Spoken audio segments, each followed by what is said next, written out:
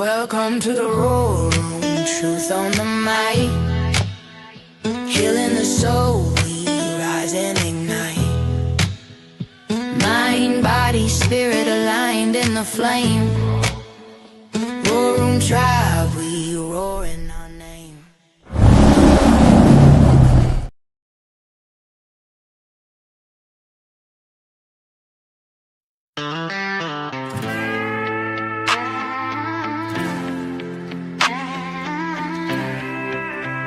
Yeah. Welcome to the road. Troop Train 88 riding in. Red Cardinal Clan flying high. Family tribe worldwide. Are y'all ready? To roll.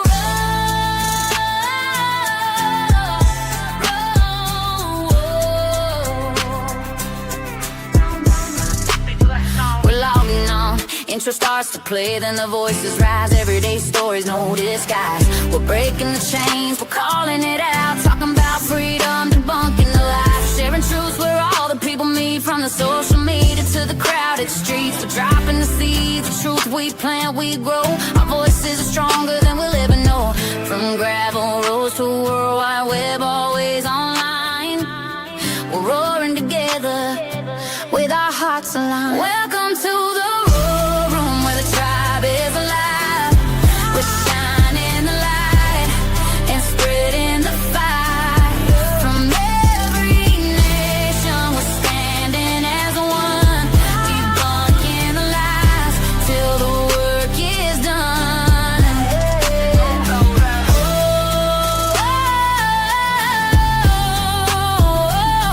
We stand for free, we stand for the rights of everyone. We're taking back our rights. We're teaching freedom out loud. We're standing for the people and teaching the crowd. We made friends from afar, they know the plan. True trainer rolling all across this land. With everyday life, we laugh, we cry. We keeping it real without all the lies. Yo, it's the War Room, truth on blast. We're breaking down the past, come see it at last. All the way from Texas to the Australian nights. We're talking about freedom, we're learning our rights. We don't follow fake news, we debunk them on sight. We're telling it straight, right here tonight. Welcome to the room where it all comes alive. We're shining the light, we're spreading the vibe. From every nation, we're standing as one, debunking the lies till the work is done. This is our vibe, this is our song. Roar room forever, we're bold, we're strong. This is our vibe, this is our song. Roar room forever, we're bold, we're strong. Troop Train 88. Red Cardinal Clan. Family tribe worldwide. Welcome. Welcome to the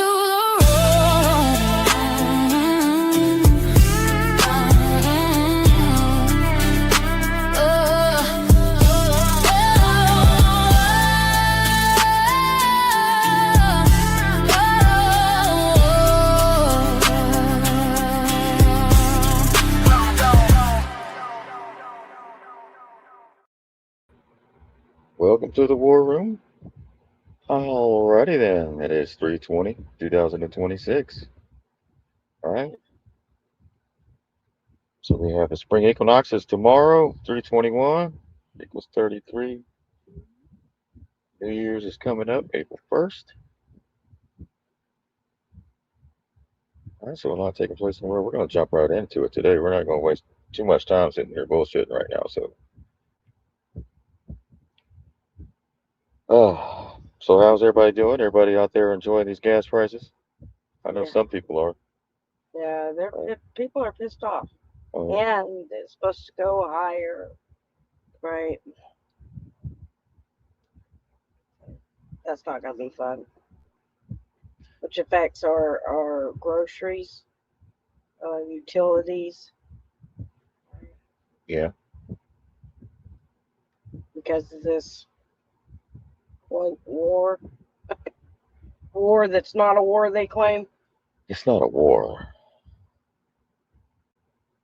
We call it a war, then you can get us for going to war without Congress approval. So we call it something else. Right. And we let the masses. Disgruntled between nations. Some people call it something that must take place in order for Jesus to return. We got to bomb a bunch of women and children. Yeah. You know, we got that rhetoric out there I going around. got the information on that too. Sorry about it. Hit that like and share. There you go, Miss Linda. Thank you. Hit that share and subscribe on all platforms. Thank you. Thank you. Thank you. Thank you. All right, Miss Sheepdog told me to take her somewhere expensive the other day. Yeah, told me to take her out to somewhere expensive. You know, so when your partner asks you to take them somewhere expensive, take them to the petrol station. Oh, So I the took gas her to the station. gas station. I took her to the gas station. We had hot dogs, so corn dogs, and you know that gas, those little corn dogs that roll on the little hot rollers. Yes, they look nasty as hell. Oh yeah, it's like $200 to fill up the gas tank. That's all we could afford was the hot dogs on the roller. So there you go. So gas station owners across the world right now. Gas station owners right now, looking like Mr. T. Big profits, right? We got big profits, false profits. We got all kinds of profits going on. Holy, you wouldn't believe what we're fixing to cover tonight. Oh my God, pretty crazy. But we got good news, good news, good news, good news.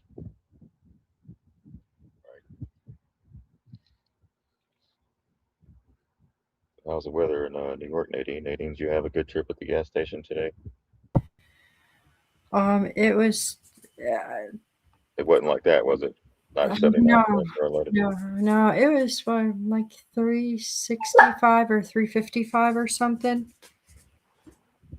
Yeah, no, I don't have to drive that much anymore. I used to drive a lot, so I mean, Well, I that's good. still complain about it on the news chat, so I still get in there. You know, you can't just because it doesn't affect you doesn't mean you don't speak up. You got a bicycle? That's right. I got a bicycle. Yeah, it's over in the freaking family shack. I'm not Yeah, gonna. you better pull it out. How the hell am I gonna carry Bud on my shoulder? You get a Get on the backpack. basket. You got the back. Come on now. You remember those baskets they put the Toto in? Oh, you want to talk to him about it? He's not They gonna had have any. they had the little dog carriers you can attach to the back. And then if you want to make your bicycle electric, they got this attachment on the that you can put on the back of the tire, and it'll go down and it turn into electric. Oh, gee whiz. Gas used to be 79 cents, 89. Remember this? I used to like grab change under the seat just to get Yeah, I a gallon know. of gas. Remember that? I Remember know. you? Oh, Yeah. Right.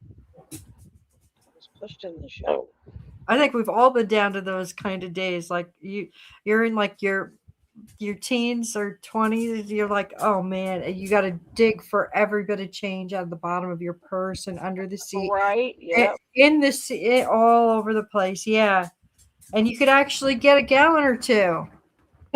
Right. shit. $1.80, I can drive to work and back. Now you got to take half your paycheck out and put it up for gas just to make it to work, to pay for the gas to get to work. Yeah, that's crazy. Right. I remember those days, dude, when I was in active duty, and I wanted to live like an hour away from base, but the gas was cheap then. So that was a mistake. Went up to $4 a gallon. I was in a 10 miles per gallon truck, 88 GMC. All right. Yeah, we got to find some alternative. Because if this gas goes any higher, it's gonna be hurting. Yeah, I don't usually brag about going to expensive places, but I just left the gas station. I think we need to team up with the Amish, get some buggies and horses. Hey, meanwhile, they're auctioning off $50,000 purses at Mar-a-Lago. Ugh, I don't know. We're gonna have to do alternatives because that's crazy.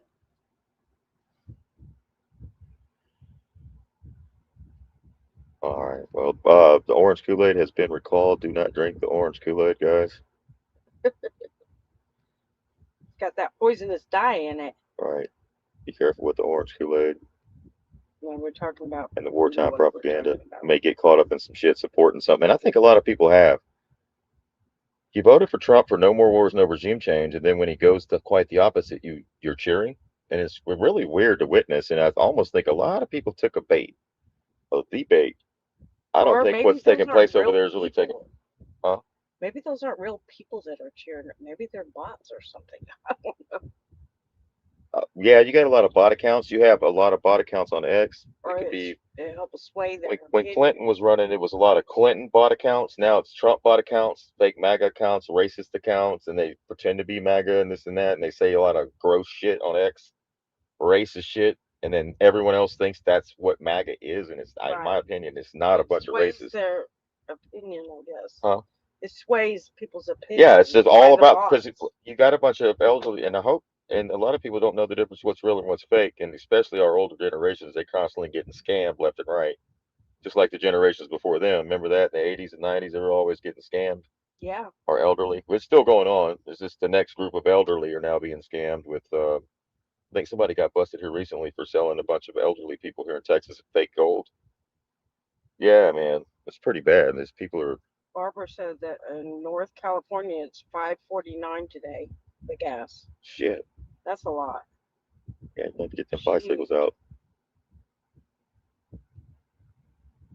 Sir, you voted for President Trump. What are you hoping to see from a second Trump administration?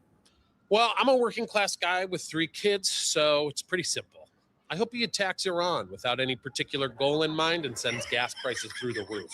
And I want to be specific here. I don't want him to know why he's starting a war or when it'll end, but I do want it to cost $82 to fill up my Kia Sorento. I mean, that's what you got to be like these days in order to be support that shit. Like they turned them into cult members, kind of like, right? And I'm not saying that, and I'm saying that because that was actually brought up in a clip that I'm going to be playing here in a little bit. Yeah. From a MAGA pastor. He says, "Y'all made us cult members." I'm like, "What? Yeah. How do they? Because you're attacking Trump. No, they're attacking the policies, right? Yes. You think they're attacking Trump. You're taking it personally because we don't agree with the policies. You say you run on no war, no regime change, America first, and you do quite the opposite. I got a problem with that.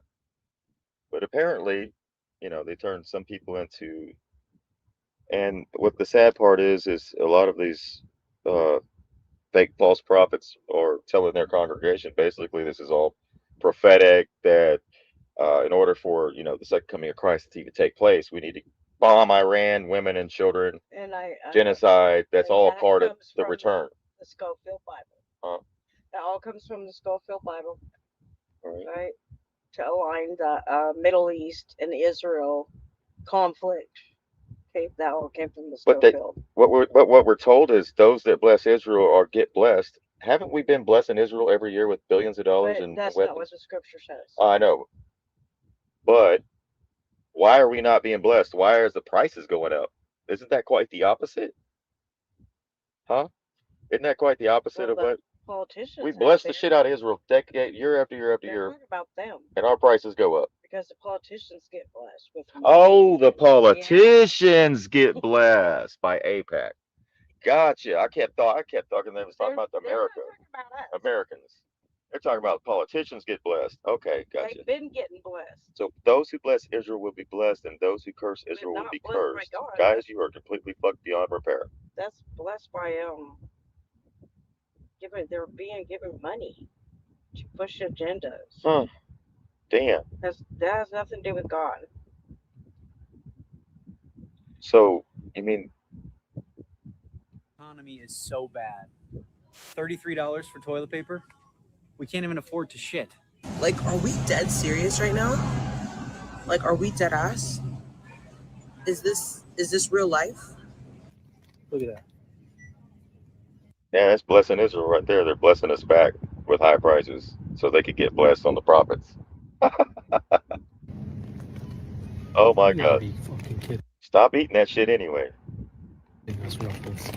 A regular Coke, 3 for $20.97. Advil. Like actual soda, $21. Where is it? What the fuck? Used to get a whole cup.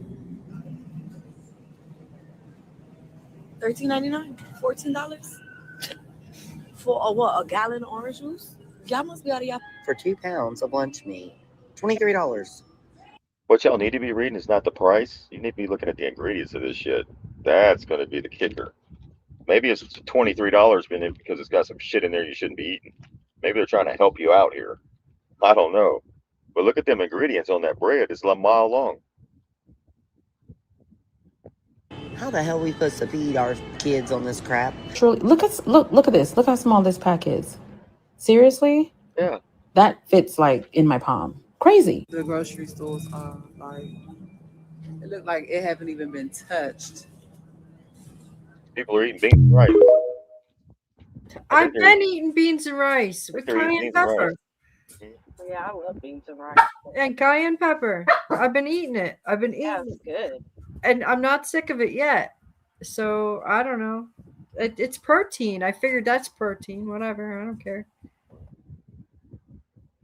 I did tweet. I tweeted about this. I said we need to make the bad food prices go higher and the good food prices go lower. But I don't think that they caught on to the second part. Oh, I know. I mean, the apples, the oranges, all the fruit are freaking sky high, right? I can grow vegetables and stuff in my little gardens, but I can't grow fruit. I mean, that takes a while before Yeah. you get a You want an tree apple, and you got to wait 10 it years. produce fruit. Avocados, couple years. I mean, my gosh, like you can do raspberries and stuff like that, but All right, so Trump has killed America. It was already buying, but the chimp has put the cushion over its face. Fed Chair Jerome Powell gives the bad news. There is effectively zero net job creation in the private sector. The thing that I think good number of people on the committee are concerned about is just the very, very low level of job creation. If you adjust what has been the trend job creation over the past, let's say 6 months, if you adjust that for what we think, our staff thinks, is the overstatement due to overcounting, effectively there's zero net job creation in the private sector. All right, well, shit. What the hell, man? All right, the hell's up with all that? So do you feel it yet, or are you still pretending that everything is normal? It's the new normal. Whatever they tell us to do. we're If they, fixing to feel it. if Really they want to feel go it. to war, we go to war. If they want peace, we Joe peace. If they want to raise prices, we cheer for the prices. If they want to lower them, we cheer for that. I mean, yeah, people are feeling it, but there's a way, right? So just cut out the things that you really don't need in your life, and you'll be able to afford the gas. Or you can just stay your ass home. Quit making the gas station with people so rich by driving around town for no reason. You ain't got to go nowhere. Stay home, right? Yeah. So do you feel it yet, or are you still pretending that everything is normal?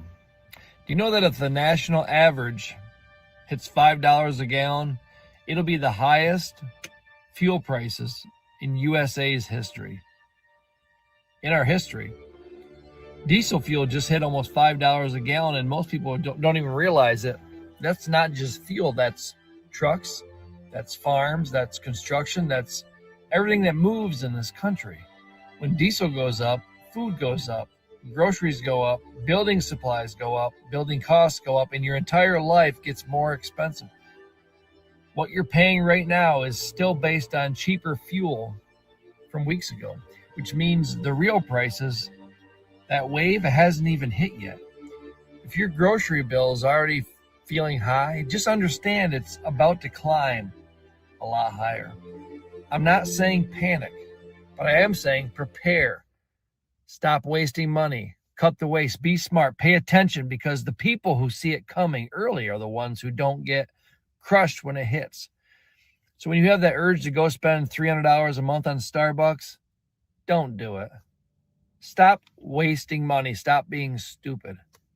I'm not doing that to be mean. I'm doing that to protect you, because trust me, we're all going to need it. Like, I want to get a new vehicle. I'd love to get a truck, but I can't wrap my head around having to commute an hour each way to work, driving an F-150, even though I want one. When I go from like 28 miles a gallon down to 18 to 20, the math ain't mathing. I'm paying like $3.70 a gallon for gas now, and if it goes up to $5 or $6 a gallon, we're all going to be really hurt. We're hurting now. How in the hell are you going to be able to pay double what you're paying now for gas and double at the grocery store? Be prepared. Be smart. If you vape, stop vaping. If you buy coffee at the gas station, stop doing it. If you like to get a donut every morning, a sweet treat, enough. Save your money. Don't be dumb. Not doing it to be mean. I'm doing it to Yeah, don't make a big purchase right now. No, protect you. Save yourself now. If you have a couple extra dollars, put it in the piggy bank, because trust me, you're going to need it. Yep. We pulled through the last one, we pulled through this one. All right. Oh, definitely.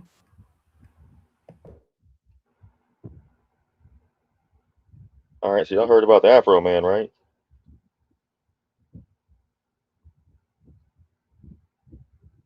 Crickets. Nettie. Yeah, he's the one that did the video. Okay, we'll go to the next one then.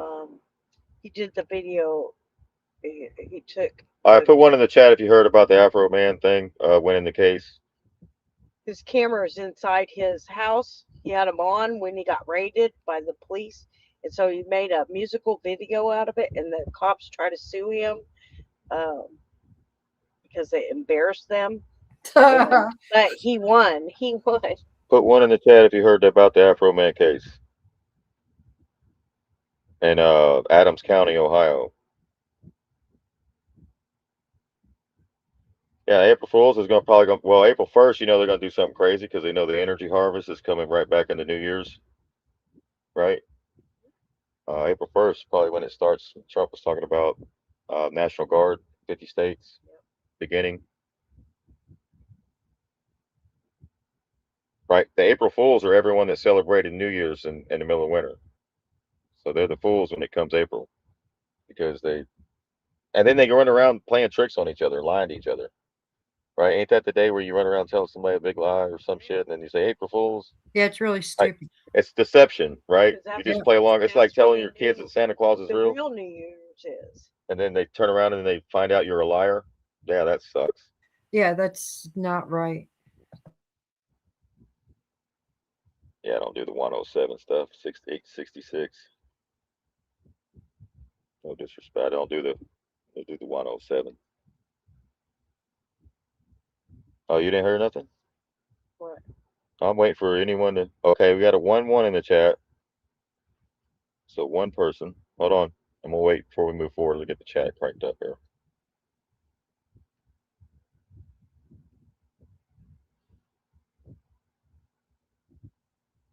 Got 1-1. DK agent. Afro Man won his case in court. New judges. Well, here's the catch. Do y'all know who this is? This is his lawyer, right? In Adams County. Well, that's IAM's lawyer as well. That was IAM's lawyer that we used to help save his house when his father passed. This was IAM's lawyer. Yeah. I saw him. I was like, that's. Yeah, this was IAM's lawyer. Yeah. That's crazy. Yeah, there we go. Yeah, this is IAM's lawyer right here. This is the one we used 2 years ago. We got to sit down with him at the McDonald's and where we had a meeting and we brought all the paperwork and stuff. And he was like, well, how'd y'all find me? And I was like, online. I said, I'm not even from Ohio. I just Googled like attorney or whatever. Right. And his name came up. Awesome. Nice guy. His wife is his secretary. He's really, really nice guy. But he's all about the Constitution, stuff like that. So I thought it was funny. I remembered the courthouse because we went to the courthouse with IAM. Yeah. We had to take him up there and try to fight for his property and stuff like that. Yeah. So got to meet this guy.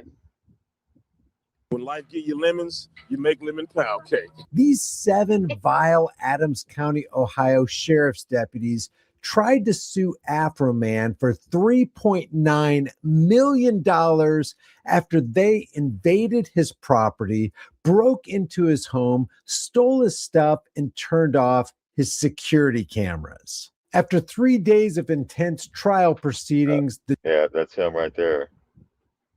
The jury came back with a verdict. In all circumstances, the jury finds in favor of the defendant. No plaintiff verdict prevailed. So the matter will be concluded with defense verdicts. And what was Afro Man's reaction? I didn't win. America won.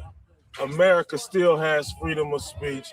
It's still for the people, by the people. I didn't go down here and sue the police department. I fixed up the damages they made, and I sung songs about them to raise money to do it. They were unapologetic. You can't paint good, you can't paint bad. You know, you just look at the actions, and all the good people got to come together and just do the best you can when these things happen. And when bad things happen, you do your best and make it good. When life give you lemons, you make lemon pound cake. You gonna stick around Adams County, or you gonna go to a different area? No, I'm here. I'm home. If I go to a different area, I got to deal with a different police department kicking down my door, disconnecting my cameras and stealing my money. So my battle is won here. I think I'm gonna lay my head. Thank you, sir. Yes, sir. Thank y'all. Where'd you get the suit from? I gotta ask. It's custom made. You know what I'm saying? I am the American dream. You know what I'm saying? I believe in the rags to riches story. I believe in the Cinderella story. I believe in the American dream. So, yeah, this suit stands for the freedom of speech and the American dream. Amen. Praise God. Thank you. Thank you. Yeah, thank y'all. Hey. Hey. Hey. Everybody, just give me a big group hug. A big 80-person hug.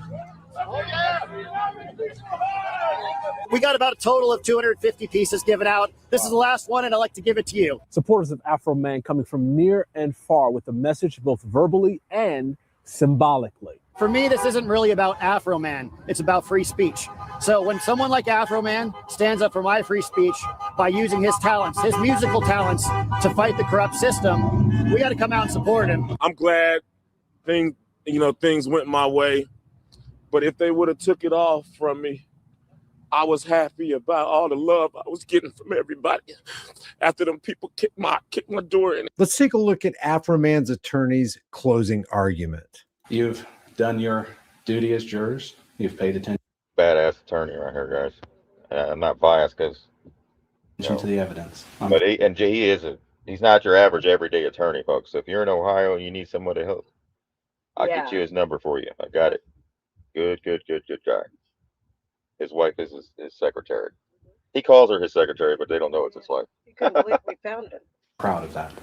What makes our country great is you have the right to have a jury trial. You have the right to people in the community to see this, weigh the evidence, and make a decision. And I'm proud that you guys are here and doing that. We started this time, I talked about this case was about freedom of speech. But let's talk about what it's also about. It's also about music. Not all music is tasteful. Not everybody likes all music. There's some songs I hate. I think we can find plenty of people that find songs they do not like. But Mr. Foreman, Joe is a rapper and comedian. It's what he's done his whole life is rap, make songs. We got to think of what rap is, because music does not exist in a vacuum. Music evolves over time. Take a look at jazz. It's evolved. At one time, it was distinct in a certain subculture, and it has now expanded. Rap is the same.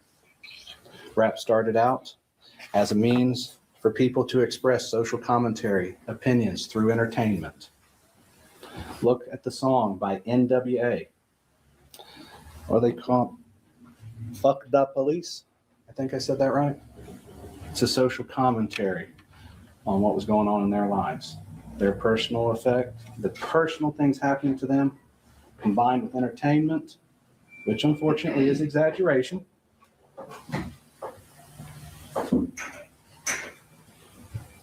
Opinion, nothing of fact in that song. It's a commentary on society.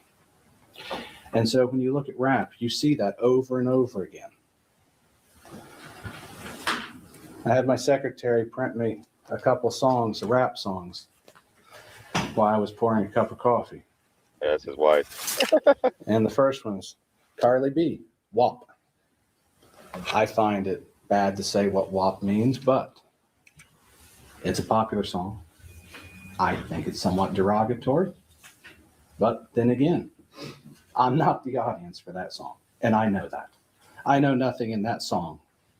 Nothing talking about is true. I know it's entertainment. I know it's social commentary. Miss Grooms testified even her students knew that at a young age. The same thing I knew when I was watching Johnny Carson, The Late Night Show, and SNL, Saturday Night Live, with my grandfather when I was a kid. That's all entertainment. They make fun of everybody for entertainment. And some of it is a social commentary. But it is not fact. And everybody knows that. Nobody looks at Lil Wayne's song Pussy Monster and says there's a monster in that song. Everybody knows it's exaggeration for entertainment. Is he commenting on something? Sure. But it's not fact. And I can keep going. Megan Thee Stallion with sex talk. I mean, it just goes on. They use derogatory language. It's designed to entertain. Drew Hastings, former mayor of Hillsborough, was a comedian. I got to go to one of his stand-ups. Some of it was funny. Some of it wasn't. Some of his jokes, like those of Eddie Murphy and Richard Pryor, some of them are not tasteful, but they're still jokes. They're not facts. And we know that. That's what a reasonable person listening to that would understand. And that's the point. This is not a vacuum. We don't live in a vacuum. Let's face it, if we lived in a vacuum, we'd all be dead because we couldn't breathe. So we live in a world full of everything, where we see things. We watch SNL. I love the fact that he's appealing to the reasonableness of the jury to elicit a reasonable response so that when the time comes to pass down the verdict, it will be reasonable based on the freedom to exercise one's speech. We know it's entertainment. We know it's going to pick on people. We understand that they're picking on public officials. They picked on Joe. They pick on Donald Trump all the time, Sleepy Joe. I mean, go down the list, even Teflon Ron was made fun of. So as you go back, nobody thinks that's fact. Nobody's going to take it that way. When they post their clips on YouTube, when they post their clips on Facebook, people don't look at it and go, that's the truth. No, they understand it's comedy. They understand they're going to talk about it going forward. And if you look at his posts, you see the little signs of that too. Iteration. Things that you see in a song. I mean, because after all, a song's catchy, right? It has beat, song, words rhyme. She thinks my tractor's sexy and, it sticks with you. When we listen to Lemon Pound Cake, you heard the iteration. You heard how it came together as entertainment. So we don't exist in a vacuum, and a reasonable person doesn't exist in a vacuum. As the judge said, you are a reasonable people. You get to decide what's reasonable, which means you get to use your experience. You get to use your understanding of what those are, of your understanding of Joe, of your understanding of rap music, music in general. I'm not going to sit here and say that these 7 people were happy about what happened to them. I'm not going to say that. That'd be stupid. But what I am going to say is they are public officials. We see it on the news all the time, public officials made fun of. Let's go back to voir dire. During my voir dire, we talked about, with the one juror who's gone, we talked about that, yes, I ran for public office. She agreed I put myself out as a public official. She agreed that it was an opinion when someone called me a baby killer. Even our witnesses on the stand, I asked that question. They said a crooked defense attorney is not a vine, it's a matter of opinion. Crooked cops, dirty defense attorneys. Oh, wait, one witness did want to say I might not have taken a shower. But those are all opinions, exaggerations, not statements of fact. And we know that. Like I said, this is a good lawyer, ain't it? So this was IM's attorney in Ohio. And that's why public officials are. So yeah, this was a win for the people. Yeah. A major win. Are held to a higher standard because that standard is what is expected of them as subjecting themselves to public scrutiny. They all testified that people have criticized their work. I mean, after all, we look at the search. There is, even Mr. Newland admitted it wasn't perfect. I think we can see from how the money was handled, the investigation. I would have liked to have seen a more thorough job myself. I mean, we have the chain of custody, the money that just leaves it laying there. Mr. Newland didn't know that. We have an unsealed evidence bag. We have 10% of all evidence, money evidence in Adams County, evidence locker miscounted. And then keep in mind that miscount on those is less than what is alleged in this here.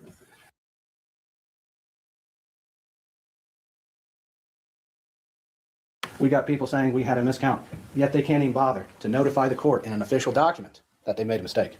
Just let it ride. As far as the public record knows, which they never corrected, Mr. Foreman never got back all this money. They want to talk about an investigation, but they can't even put in a single piece of paper to correct his mistake. There we go, guys. So that's I'm going to share this out. We're going to move on with the show. Just wanted to share that. It was funny because when I seen the courthouse, I thought it looked familiar. I said, man, that courthouse looks familiar. That area looks familiar. I've been there before, right?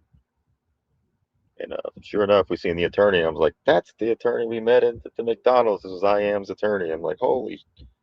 And Miss Sheepdog said, okay, we're in a movie. Definitely, this has got to be a movie. Yeah, that was too Like, crazy. what are the odds? So congratulations to this attorney. Congratulations to Afro Man, and congratulations to that community, and congratulations to the United States of America and the U.S. Constitution. Freedom of speech, baby. All right, so we got a veteran here that has a pretty good suggestion here. His suggestion: this is Utah defender, right, Army vet. Before we commit any U.S. ground troops in Iran, let's send the Israeli IDF over there first. How about that? I think that's a good idea. Hey, this is the Utah defender. But Trump's already talking about backing out of that whole situation in Iran, so I don't think it's going to go according to what the warmongers hoped it was going to do. To me, it looks like a big ass fixing to be a rug pull on them. I think a lot of people were set up to fall for something. I think a lot of people fell for it, and you weren't supposed to. Even Trump supporters fell for it. That's how good it was, right? I have a good question for you. What's that? You know, I just watched Netanyahu, and he says, we didn't pull the United States into this war. My ass. And then I was thinking, where was your ass, Netanyahu? Where was any of the Israeli troops during the time that we spent in Iraq or Afghan? And here's the thing for all Americans to think about. Send the goddamn IDF over into Iran first on the ground. Send their ass over there, not our troops. You send their ass over. The Iraqi, the Israeli Defense Force, send their ass first before we ever commit one military person from the United States on the ground. This bullshit's got to end. And yeah, I'll tell you, Netanyahu, you dragged our ass into every damn war over there. And you should be kissing our ass for what we've done for you. As far as I'm concerned, you've been stealing billions of dollars while you have like free medical for everybody and all this other benefits that you have. That comes from us. And we can't even afford to build shelters for our homeless vets in the United States because we're giving you too much damn money, you dumbass. So, Trump, you better think about this. Everybody else, you better get on the bandwagon. Tell Trump, Israeli forces go on the ground first. They're deployed first, not Americans. And we will be in the role of support to the Israeli troops. They can't sit there in Israel picking their ass and using the Palestinians in Gaza for target practice. This shit's got to end. If you think I'm wrong, tell me. Tell me in the comments. But you got to ask yourself, where was Israel during the Afghani war and during Iraq? Where were they? Why do we have troops in Syria? Get their ass, the Israelis over there. That's their damn job. They're paid enough money. You know what? If you don't know it, Israel has stolen more of American secrets than any other country in the world, to include China. Didn't know that, huh? There are friends. My ass. Have a good day. Just food for thought. Where were they? No one's ever asked that question. We're over there fighting Israel. I mean, fighting Iran and Iraq, and Iraq and Afghanistan. Where was one damn IDF unit over there? I don't remember seeing any. Get your ass over there on the ground. Don't send any American troops, probably until the IDF has exhausted all efforts to infiltrate and push through Iran. Not Americans. Don't send Americans. Send Israel first. Thank you. Have a good day. We'll see you in the next one. That was a good suggestion, don't y'all think? From a Utah Defender here. Yeah. Hey, y'all go give Utah Defender a follow right here. So he definitely was boots on the ground at one point, guys, and he has a right to say what he's saying, and carries a lot of weight, right? And it's fun to think about, right? Yeah. We always get sucked into these wars, but then it's our kids that come home in body bags and caskets and stuff, right? I'm first term Trump. That's what I'm first term Trump. No new wars, no regime change. America first. Let's take care of the roads, bridges, and hospitals. To take care of these veterans. To take care of our elderly and our babies. We got to do those two things: our children and our elderly. Those are the two main groups right now that we got to be focused on, and the country will be judged based on how they treat those two groups: your children and how you treat the elderly. We got to come together in between and make sure that just hold some people's feet to the fire. That's okay. Doesn't mean uh, we don't want us to win. We don't want what's best for America as a whole because we don't agree with the direction, the all of a sudden what did Trump call it, a excursion? And if you look at Trump's body language, I don't know. I look at his body language whenever whenever these people are saying things, standing around him, whenever they're saying they go like JD Vance, for instance. I think we might cover that, so I might not get ahead of that. But JD Vance last year was no war, no regime change. We don't want to send our kids and sons and daughters. It's not going to be good for their future and all that good stuff. And that was right when they were running for election. Now they're saying quite the opposite. But Trump's body language and it's almost like he's playing with them. That's what the purple tie is. He's playing both sides. The red and the blues makes purple, right? So just keep that in mind. If he changes stances, don't change stances. You just stay right where you're at. He's doing that for a reason, in my opinion. I'm just praying that some rug pull happens on these warmongers, and we we can have peace on Earth at some point. So there you go. Check out. Make sure you click like and subscribe. Go here to the bell notification. Click that. Utah Defender right here. He's in Utah. My mission is to defend and hold accountable law enforcement and government agencies that are breaking the law, violating, and in some cases severely injuring and killing innocent victims. They need to be held accountable. I am a retired Army veteran, and I also worked in law enforcement. I know my rights, and I am not afraid to assert them. Please stay tuned for many more videos to come. So there you go. There he is. He's been online since he's got about 11,000 subscribers. And he gets in their ass. So he's a prior law enforcement officer, and he gets in the ass of the local PD whenever they don't do what the hell they're supposed to do, especially when they shoot on innocent people within Utah Defenders community. We had a young kid, 25 years old, I think. He didn't have a plate or something like that or tags, and long story short, he ended up dead at that traffic stop. Yeah. He's So being they call him a sovereign citizen, right? right. All right, so this is the first term Trump. This is right here. Y'all remember this? Let's go here. Let's play a little bit of this. Here, I'm going to comment on it here. And then we're going to get into preachers that want to kill every Iranian child to bring in the Armageddon so that they can bring in some Jesus or something, right? Which is kind of morbid that you need to go kill women and children. And what's sad is they found scripture to justify this war. Did you know that? Well, You yeah, found, in the Old Testament, yeah. right? But then I have the other stuff to go with that. That's because they don't know what the fuck they're doing. You know what? We basically have two countries that have been fighting so long and so hard that they don't know what the fuck they're doing. They don't know what the fuck they're doing. They don't know what the fuck they're doing. You understand that? You understand that? They don't know what the fuck they're doing. They don't know what the fuck they're doing. All right, there you go.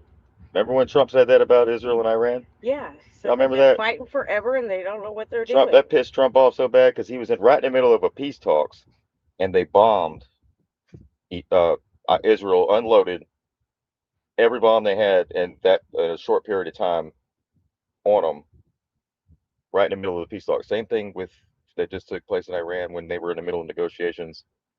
Same thing happened. All of a sudden, missiles start flying and shit because they don't know what the F they're doing. That's what Trump said. All right. So I don't know where this Trump went, but he needs to come on back. All right. So we can handle this. So everybody's, BB's looking down from above, allegedly. So out of his own mouth, he's looking down on us, folks. I think he's MIA. He's MIA. BB, come back. It's the song from y'all remember that song, Baby Come Back? He's in the ether coming through AI. BB come This is back. BB Come Back.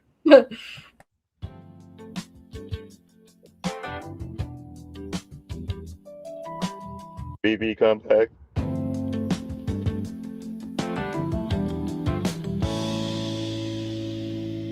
Spending all my nights, all my money going out on the town.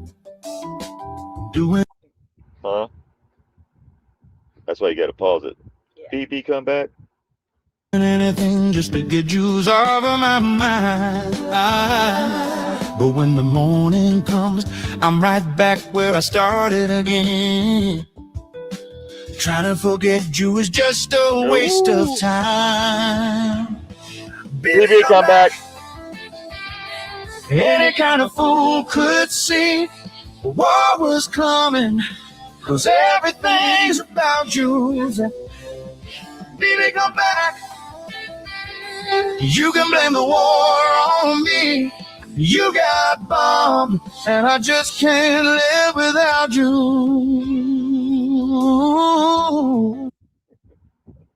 BB Come Back.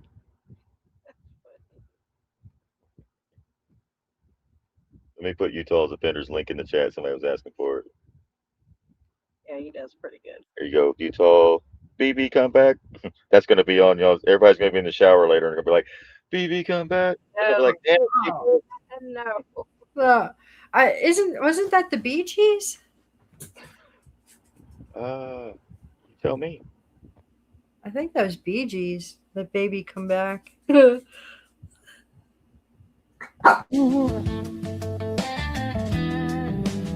so then it ends right here. It goes, we'll just fast forward a little bit here.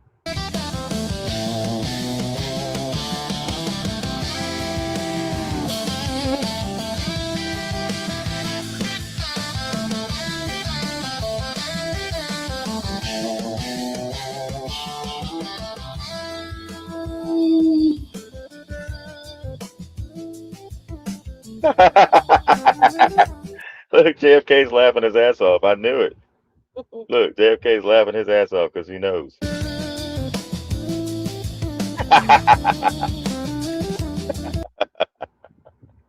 Oh, I love this movie. Oh my God, I could. Now, does it all make sense? Does it all make sense to y'all now how this is all coming full circle from the 60s? From the JFK assassination, 11/22/1963 by a foreign nation. Yeah. And that why Charlie Kirk's investigation was shut down by Crash Patel when Kent was wanting to open an investigation into foreign assassination into, right? Now all of a sudden he's a leaker and a no good, none of it. JFK gets the last laugh, right? And all the victims of assassinations across the world, right? Some people couldn't see this for what it was. They didn't see it for they just okay, Baby Come Back by Peter Beckett. There you go. Yeah, JFK's laughing. These are liberal tears, right? These are those liberal tears everybody's talking about. I There they don't are. ever hear that phrase again either. Remember everybody had that coffee So cup? old. Well, these are BB tears.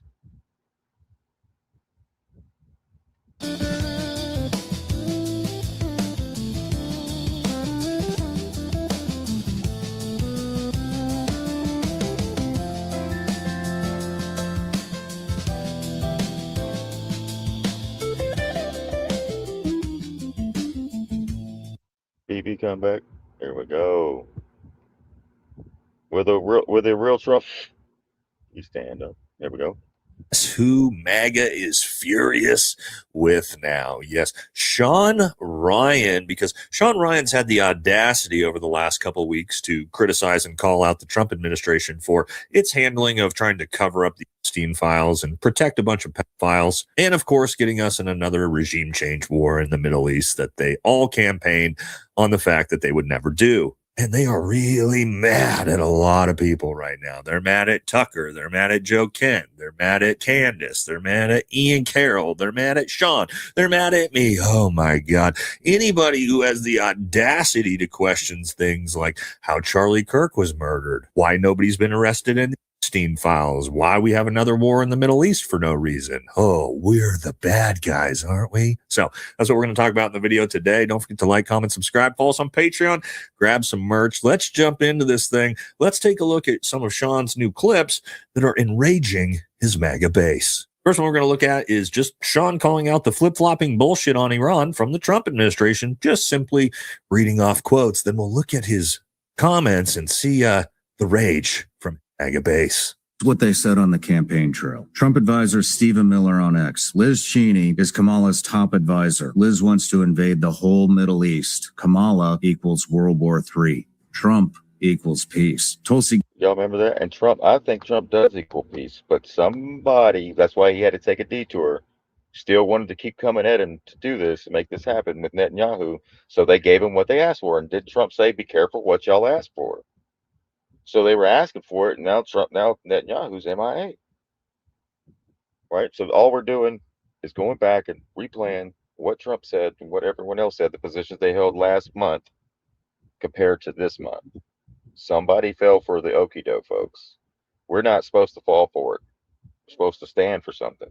So we don't fall for everything. That's not who we are. We're no longer blindly following anyone, any politician, especially after COVID. Gabbard, October 28, 2024. A vote for And I don't think Trump or anybody wants you to blindly follow them either. Like he said, I could shoot somebody in the middle of the street and they'd still follow me or vote for me. That's kind of scary. I think he's right.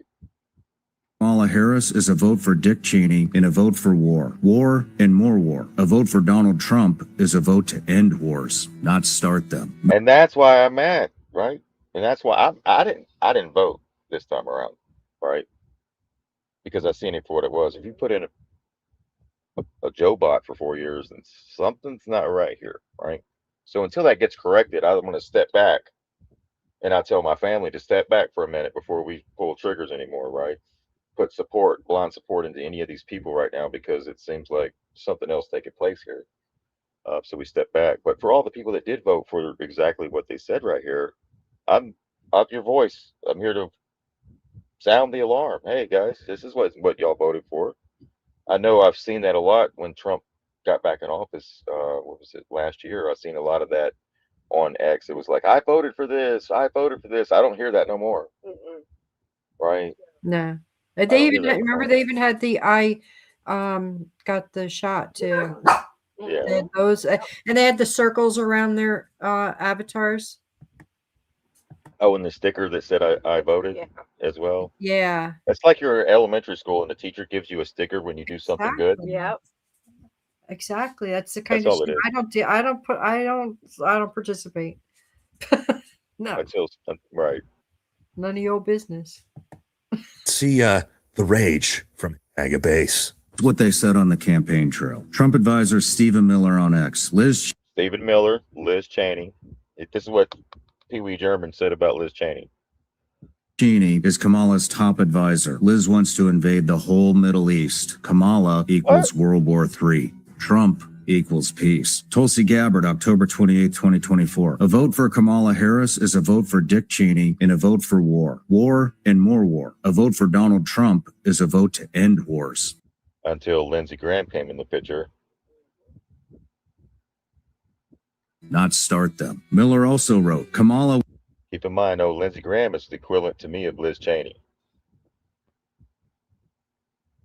will send your sons to war. J.D. Vance, 2023, on the Wall Street Journal. Trump's best foreign policy? Not starting any wars. He has my support because I know he won't recklessly send Americans to fight wars overseas. The Republican National Committee promoted Trump. Vance is the pro-peace ticket. Trump on October 30th, 2024. They're all war hawks when they're sitting in Washington in a nice building saying, in quote, oh, gee, let's send 10,000 troops right into the mouth of the enemy.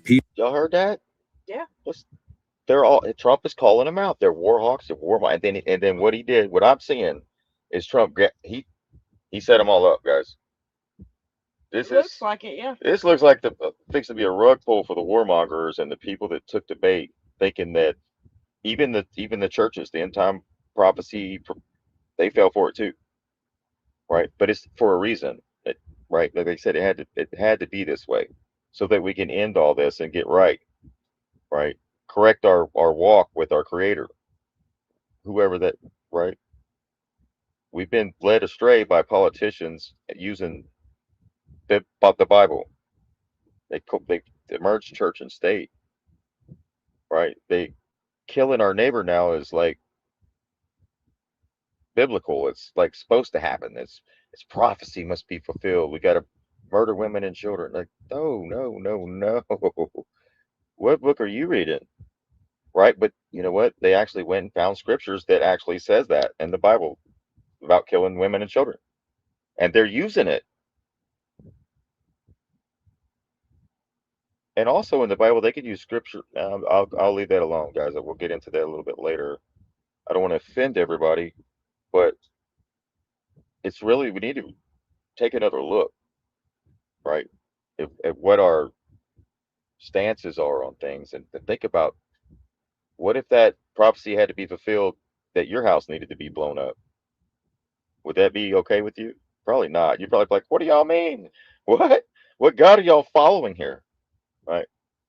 Hegseth, December 2025 speech. Our department will not be distracted by democracy building interventionism, undefined wars, and regime change. Every single one of these things is a complete lie. Don't forget, during the Biden administration, Trump said, this president is going to drive us into war because he doesn't know how to negotiate. Well, here we are. Oh boy, the audacity of Sean to simply read quotes.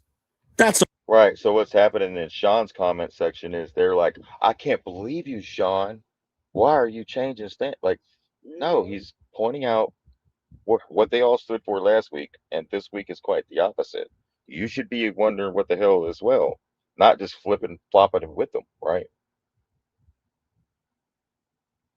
all he did there. Just read literal quotes from the Trump administration from a year ago. Let's see what his comments had to say. Here we go. Marshall Park says, disappointed in you. Yeah. Could you imagine leaving that comment from a guy who literally just read off quotes? That's all he did. Yeah. Absolutely dumb as yeah, what you will. Yeah. What is that, guys? Why are they disappointed that he replayed all the campaign promises? Come on. So Marshall Parks. So what happens when I get comments like this? I just go look at their profiles, right? All right. So if you leave a point, this like comment like this, I go check your profile.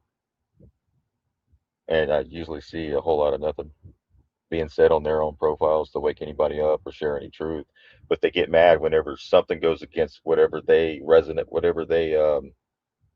align with. It contradicts. Like, you know what I mean? Like I align with peace. I align with prosperity. I align with love. I don't align with hate, war, death, destruction, I don't align with that. See is that obviously any of the comments supporting Sean are 10xing the dipshit comments like that, but there are a lot of his base who are not happy. He hasn't started any wars. There's no boots on the ground. Okay. I love how What?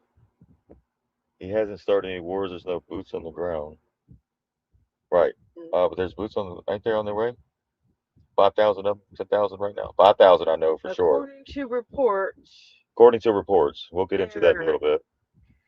According to reports, Trump wants to send in ground troops to that island right up there. Yeah. Um, We'll pull that up. Yeah. So somebody said that, well, this may be a loyalty test to see who's still loyal to Trump. I'm like, shouldn't Trump be loyal to the voters? Right. Yeah. Why is he loyal? Why is Trump testing their loyalty for him? That's not what the Constitution doesn't say anything about the president, right? And loyalty. No, you're not Right. supposed to be loyal to. You're supposed to be We're his boss. I don't know if y'all know that. critique his policies. Y'all realize that we're Trump's boss, not the other way around. And we can have a difference of opinion. That's okay. We can all still get along. I love people I don't like everybody that agrees with everything I say.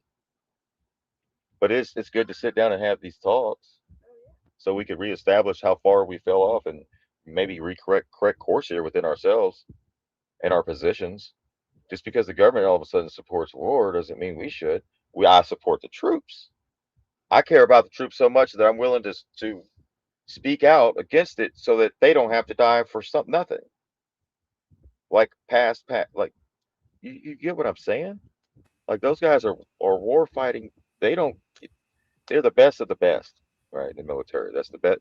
We send the best of Americans to war, folks, in the military. Those kids, those men and women, young men and women would make great leaders locally. But we take that leadership and that passion to serve their country and we send them off across country. That's up by design. Right? It's okay to get in there and serve your country, get the experience, maybe even retire. Right? But the leadership qualities is what you pick up, man. And that's what's needed in this. And also in the military, we're not divided like that. We're unified.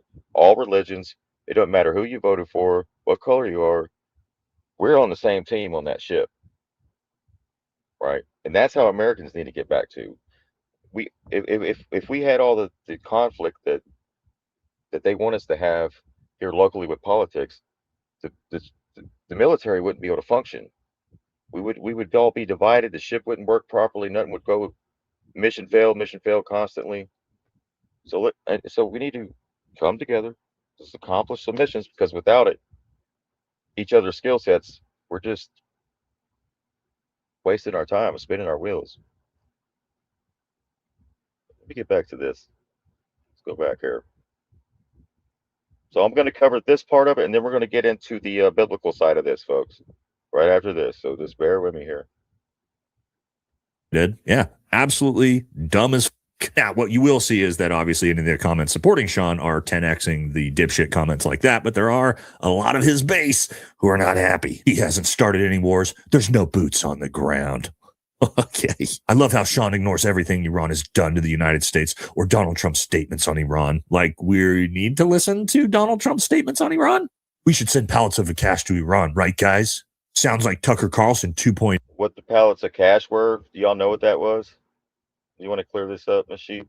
Oh. The pallets of cash was because they wouldn't take electronic cash transfer, according to what we looked up, and he had to send them cash.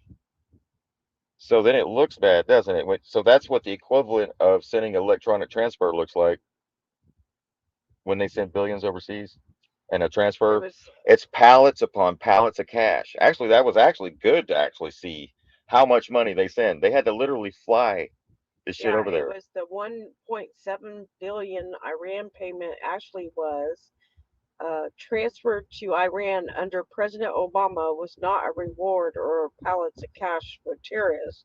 It was the settlement of decades-old financial dispute dating back to the 1970s when Iran paid the U.S. for military equipment that was never delivered after the 1979 revolution. The U.S. and Iran settled the case at The Hague, and the payment was made in cash because sanctions prevented electronic Transfers. There you go. The sanctions prevented electronic transfers, so they flew the pallets of cash. Yeah, it was debt that was owed to them. But like I said, it gives you a good visual of how much money they send overseas. Yeah, oh yeah. If it's Iran, ain't it funny that the media pointed out the pallets of cash sent to Iran, but the media doesn't point out the pallets of cash sent into Israel? Oh, right. Isn't that hypocritical of David to say this right here? David, do you call out other countries we send money to, or just that one?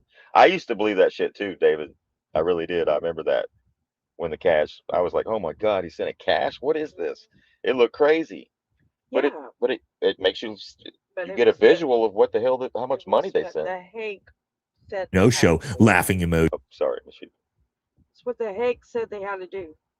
Right. The Hague said they had to do that. That Obama had to do that. So the media spin shit made, and I'm not defending Obama, but I'm saying they really bashed. They didn't give us all the information. That's right. In order to make an informed decision instead of just hating someone blindly because he sent money to Israel's enemy. That's what it was all about. Israel doesn't care if you send you won't pallets of cash to them. Nobody's going to complain about that. But if you send it to a brown country. So KBB says, so is Trump representing the corporation or the republic? He's wearing the two ties, purple, right? So I think what we're seeing is he's playing out one side and there's another. What we're seeing on TV is the ugly side. But yet people are falling for it, in my opinion, and thinking that now he's the president of the corporation. Right. Right. We have to make it a republic. The people. Yes. Right, and we do that by educating ourselves. If you don't know what a republic is, then how can we have a republic? Right. He's right. Challenging us to stand up. Yeah. Right. Go back and read your state constitutions and the Bill of Rights. Right. Because the Constitution's for them, the Bill of Rights is for us. Yes. To Donald Trump's statements on Iran? We should send pallets of cash to Iran, right, guys?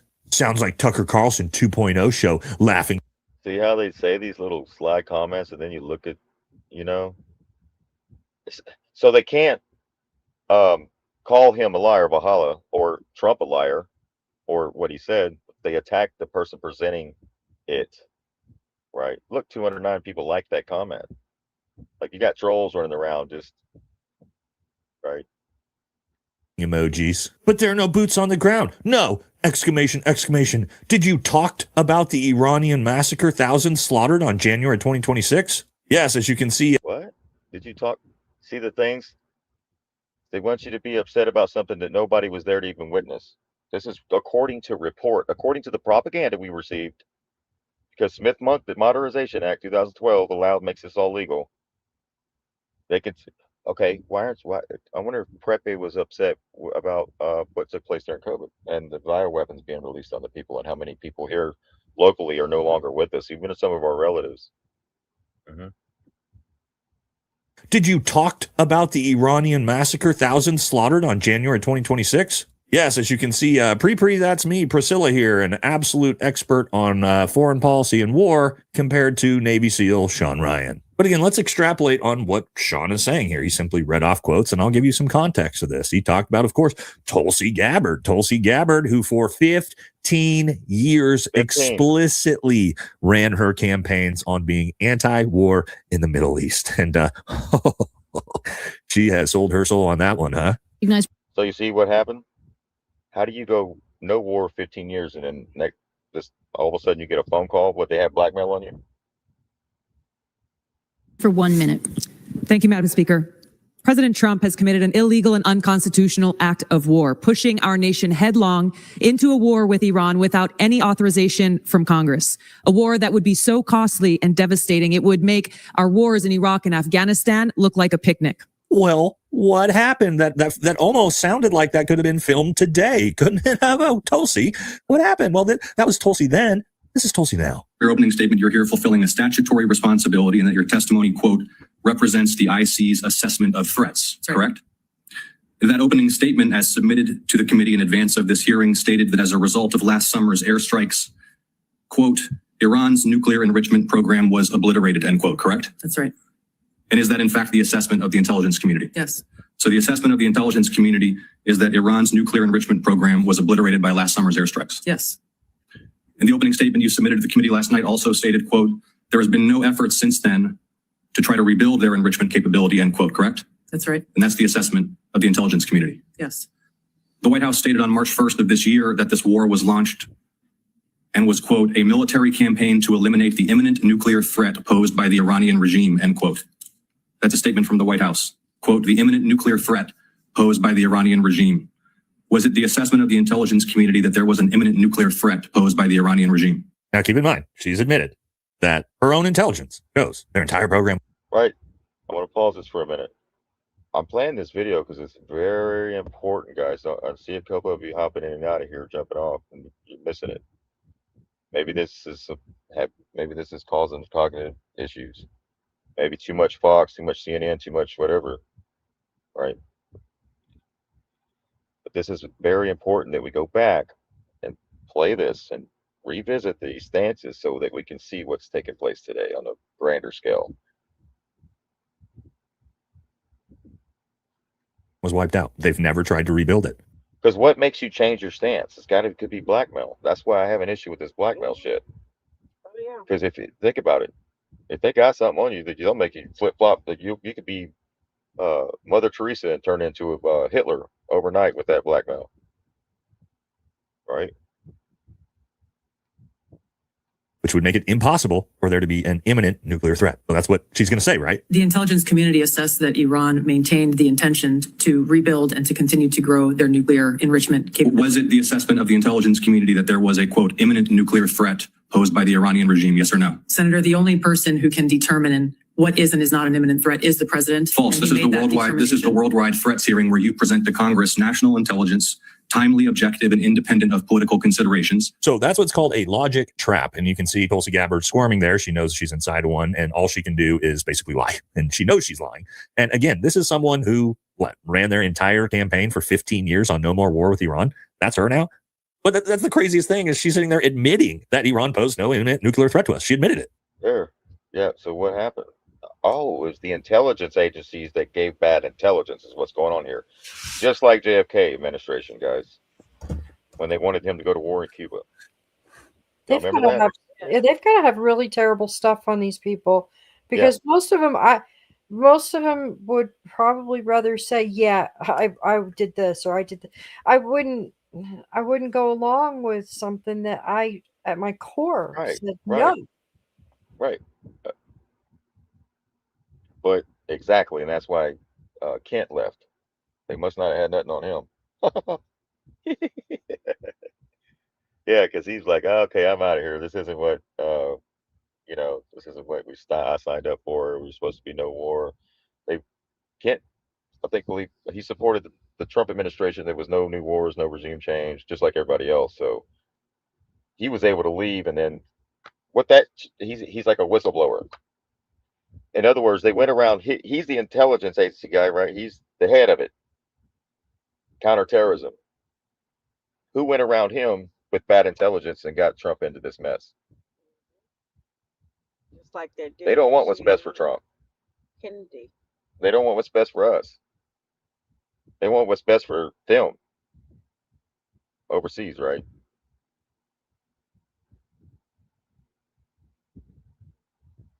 But yet, that's the story we're going with anyway. And she's on board to grift for it, I guess. But who else did Sean talk about? Oh, that's right. J.D. Vance. Now, it's very interesting because J.D. Vance seems to be in hiding. I feel like we've seen J.D. Vance about as much as we've seen Benjamin Netanyahu in the last 15 days. And I wonder, well, oh, that's right. Because he used to say stuff like this. Donald Trump. Well, he was at the Olympics, right here recently with his wife. They were Yeah. just at the Olympics, right? I believe that America ought to be tough, and America Oh, and JD Vance isn't even his real name. ought to have a strong foreign policy. But when people like Kamala Harris send our sons and daughters, our young people, to fight in stupid wars, it is the young generation that carries the burden of that. We're going to stop sending our young people to faraway lands. Hell We're yeah. not the policemen of the world. We need to use our... Oh, you anti-Semitic asshole! How dare you say that, JD Vance? How dare you not support war? You don't want to send our cousins. That's what we're hearing today from MAGA. But yet, when he said that, we were like, hell yeah. That's what I'm talking about. Yeah, because that's what everyone wanted, right? Yeah, that's why everybody went out. 77 million votes.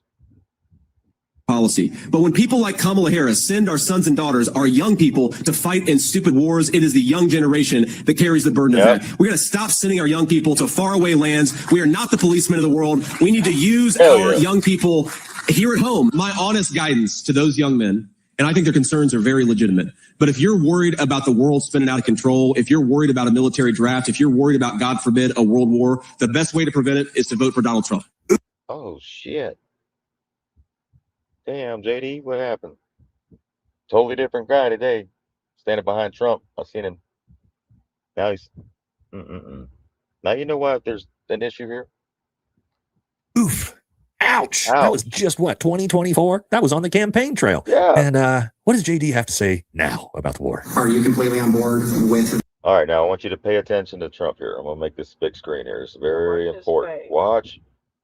Don't listen to what he's saying, but watch the body language, right?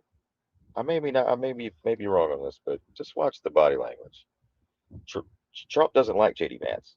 JD Vance doesn't like Trump. None of these people like Trump. They're all never Trumpers. It's the biggest. Why would Trump bring in the best of the best if he was trying to drain the swamp? Why would he surround himself with good people if he was in the middle of taking shit down? He would bring them all front and center for everyone to see. Or if it ain't him, it's somebody behind Trump. He's central casting, whatever. Whoever's writing this, whoever's doing this whole damn thing is not, like I said, not bringing out the best of the best to surround him with, but the worst. Somebody with agendas that as soon as they show who they are, because we'd have never known who JD Trance was until he went to Palestine, Ohio, with those rail car fires that they never did anything about. Those people are still having to fight out there to get drinking shitty water. And so I think it's funny that he showed up in Palestine, Ohio. Yeah, because he was what, the governor there, the mayor, or what was he? As a senator. Senator. Well, he was VP though. He was running for Trump's VP. He was running then. Right. But Trump brought him out there, and somebody and a few other people, they all showed up. Yeah. The current war in Iran. And look, all right, watch the body language. I think that I know what you're trying to do, Phil. You're trying to drive a wedge between. Say now about the war. Are you completely on board with the current war in Iran? All right. The question is, are you completely on board with the current war in Iran?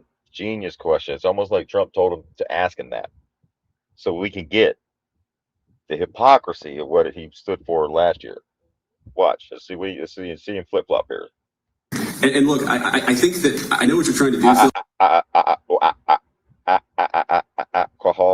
You're trying to drive a wedge between members of the administration, between me and the president. What the president said consistently, going back to 2015, and I agreed with him, is that Iran should not have a nuclear weapon. What? Okay. Neither should Israel. Neither should anybody else. Why is it just that state, that country? You sound like you got your new BB talking points here, JD Trance, and you took the bait. Watch his face. Taking this military action under the president's leadership, I think all of us, whether you're a Democrat or Republican, should pray for success and pray for the safety of our troops. That's the approach that I've taken. Make it as successful as possible. Well, then. Yeah. Screw what we said and what we ran on. You now have to support the troops, or you're anti-American and you don't like the troops and you don't want the West to win, and you're just all anti-American now. You're anti-American now, and you're anti-Semitic if you don't want to die for Israel. Okay? There you go. A complete 180 flip-flop, just like all the rest, huh? But of course, what about the guy in charge himself? Because Sean called him out as well. Well, again, What did he used to say? Our president will start a war with Iran because he has absolutely no ability to negotiate. He's weak and he's ineffective. So the only way he figures that he's going to get reelected, and as sure as you're sitting there, is to start a war with Iran. Now, I'm more militant and more militaristic than the president. I believe in strength. But to start a war in order to get elected, and I believe that's going to happen, would be an outrage. This is a great time to negotiate. Unfortunately, we have a president that doesn't know the first thing about negotiation. We have a real problem in the White House. So I believe that he will attack Iran sometime prior to the election because he thinks that's the only way he can get elected. Well, that just hits different in 2026 now, doesn't it, when he says it himself? And yeah, I agree with literally everything he just said there about the current administration. But of course, that's not the only thing that's pissing off Sean's base. Again, Sean has been very outspoken about the Epstein files, and they hate that, don't they? I've been pretty quiet about Pam Bondi in front of Congress the other day, talking about how the Dow's up to 50,000. Nobody gives a fuck. Because what you should be talking about is how you are going to investigate and prosecute any files that are running around on Epstein Island that you're affiliated with. But Oh, and she never said she was going to prosecute. That's one thing she could have said during her hearing. We will bring these people to justice. Did she say that? Nope. She talked about the Dow. Wow. Right. That's what blew everybody's mind. prosecute any files that were running around on Epstein Island that you're affiliated with. But we didn't talk about that, did we? Oh, and what's the excuse? What was the excuse? Oh, if we prosecute everybody, the whole system would go down. Well, you know what that sounds like? You know what that sounds like? That sounds like how Trump ran his campaign. Let's drain the swamp. Doesn't that sound a lot like draining the swamp? It actually is drain the swamp served up to you on a fucking silver platter. But you're not going to take it, are you? You're going to protect files. You're going to protect files rather than go after them and hope that everybody's happy that the Dow hit 50,000. Are you fucking out of your mind? Oof, ouch, absolutely scathing and 100% true. And isn't it interesting when we look at the MAGA base, what they really support? So they support you shutting your mouth about the Epstein files. They support you shutting your mouth about the Charlie Kirk assassination. They support you shutting your mouth about being against this war in Iran. It's just, wow, what a... The MAGA base, he's saying MAGA. He needs to be saying the MAGA. It's MAGA. It's the people with that make Israel great again for mentality, where making Israel great first is make America first, which is quite the opposite. They want you to believe that. They don't want you talking about Charlie Kirk because who? Because it's the same people that want you to be okay with the war. It's the ones that didn't want you to question about Charlie Kirk's assassination or JFK's assassination or MLK's assassination, MLX, Robert Kennedy, the assassination attempt on Reagan, Bush Sr. at the table when he ate that thing and choked and it looked like he was dying at the table when they poisoned him. There's been quite a few assassination attempts on the presidents. Losing side, like if there were, and it's the same people that are telling us to shut the hell up and just support, everything that everyone said they were against last year, right? True. And isn't it interesting when we look at the MAGA base, what they really support? So they support you shutting your mouth about the Epstein files. They support you shutting your mouth. Yeah, he's talking about these podcasters, certainly some of these podcasters. He's not talking about the base, the people. Trump's base is the big donors. And that's within all the presidents, right? About the Charlie Kirk assassination. They support you shutting your mouth about being against this war in Iran. It's just, wow, what a losing side. Like if there was a I'm trying to be on the wrong side of history award, they're literally nailing it on every fucking issue. And the final one, oh, they're real upset about this one. Last time you were here, you said we're occupied. You said by who? I answered AIPAC, but Israel. Oh, we're going to get into that. We're going to get more into that right after this. And today, Jennifer and I and others had a chance to go see the Western Wall of the Temple Mount. This mission was not and has not been about regime change. And when we were talking, Sean, I told you it's there for anybody to see if you just take the time to look. We are not at war. We have no intention of being at war. What was the first thing we were told on why we were going into Iran?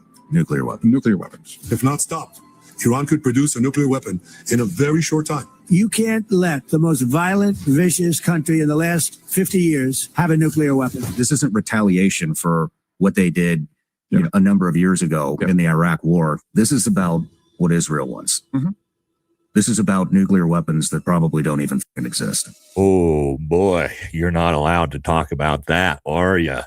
And again, that's why they're calling him Tucker 2.0. Yes. John is now based in America First, and my God, they are all furious about it. But I'm not. I love to see it. I love to see a guy who just, again, comes out and just telling the truth, just objective truth that he's talking about, that we all know, we all see it. And the best part is if you actually go look at the comment section, of course, a huge portion of his base is furious. But if you look at the ratios of likes, any comment that you see that is supporting Sean is 10xing all of his MAGA fans that are throwing tantrums about it. But again, also not surprising because you're seeing a mass exodus of conservatives from the MAGA movement, and Sean is just the most recent prominent one that's sort of moving. And I think those comments are by these bots. You've got to keep in mind they spent millions of dollars to have these people come in here and all try to all propagandize us and pretend they're us, and choose so that we pick up their stances, thinking that all of MAGA, or there's a good percentage of MAGA that's, then when in reality these are just bots, propaganda bots, guys.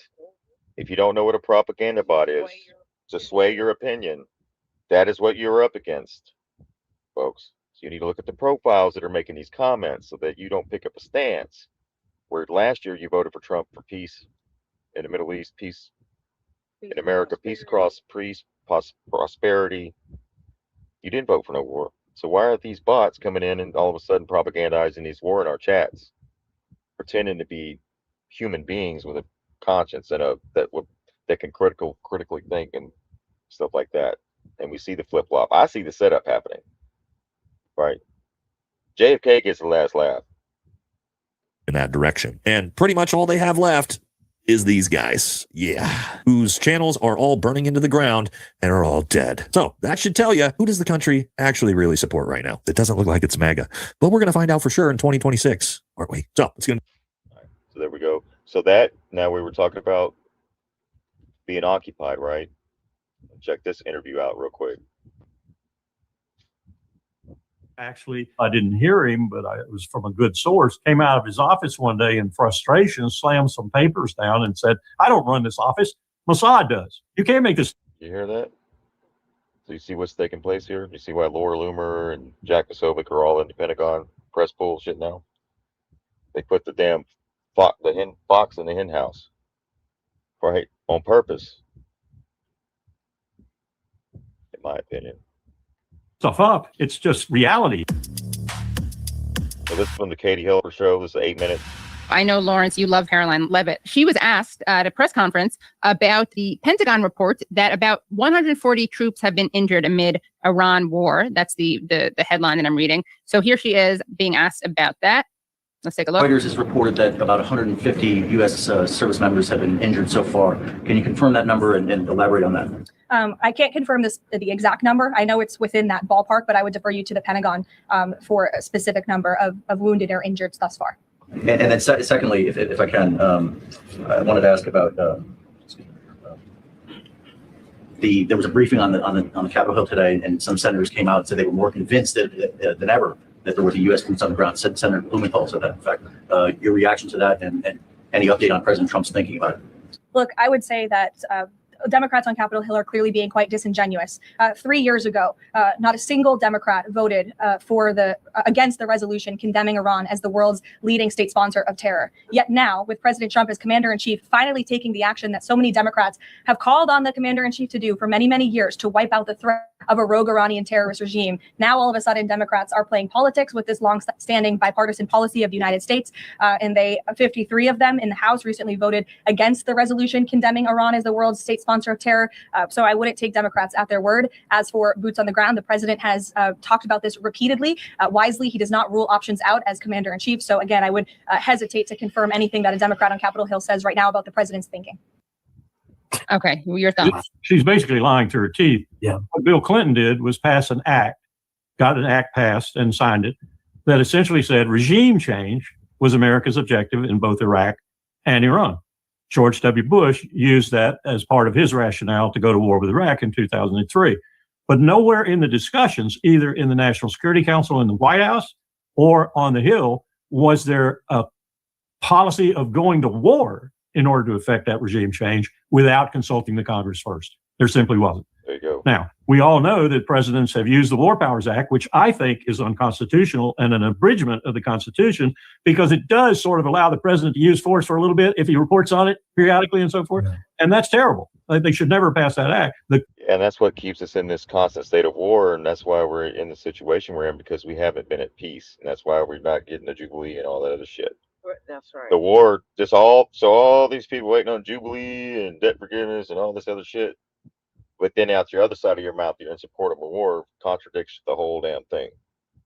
You can't be, because the War Powers Act keeps us at war without Congress. And since the CIA was created in 1947. And every president has since World War II more and more power. Right. It's not constitutional. So World War II was the last war that where was approved by Congress because they got us into it. Because of Pearl Harbor, remember that? They had to bomb us into the war. Yep. So everything then, what was created after World War II was the Central Intelligence Agency. Yes. So they can give us intelligence, and we've been, if you look at that, from that date was in 46 to 1947. Everything battle we fought since then has been unconstitutional and hasn't been approved by Congress since World War II. And it's, I think, because of the CIA regime change type. Mentality, military industrial complex. Constitution is explicit, and James Madison, the father of the Constitution, was explicit. The war power is the serious, straight path to executive aggrandizement, and that's being shown right now, and it's been shown for the past 20 years. And what they do is they give the president bad intelligence. Like, you gotta hurry, Trump. They're fixing to push the button. They're fixing to attack Israel first, and they'll let okay, who gives them the intelligence? I know. The CIA, Pentagon, right? Right. Well, some of the CIA agents go into the Pentagon. So there you go.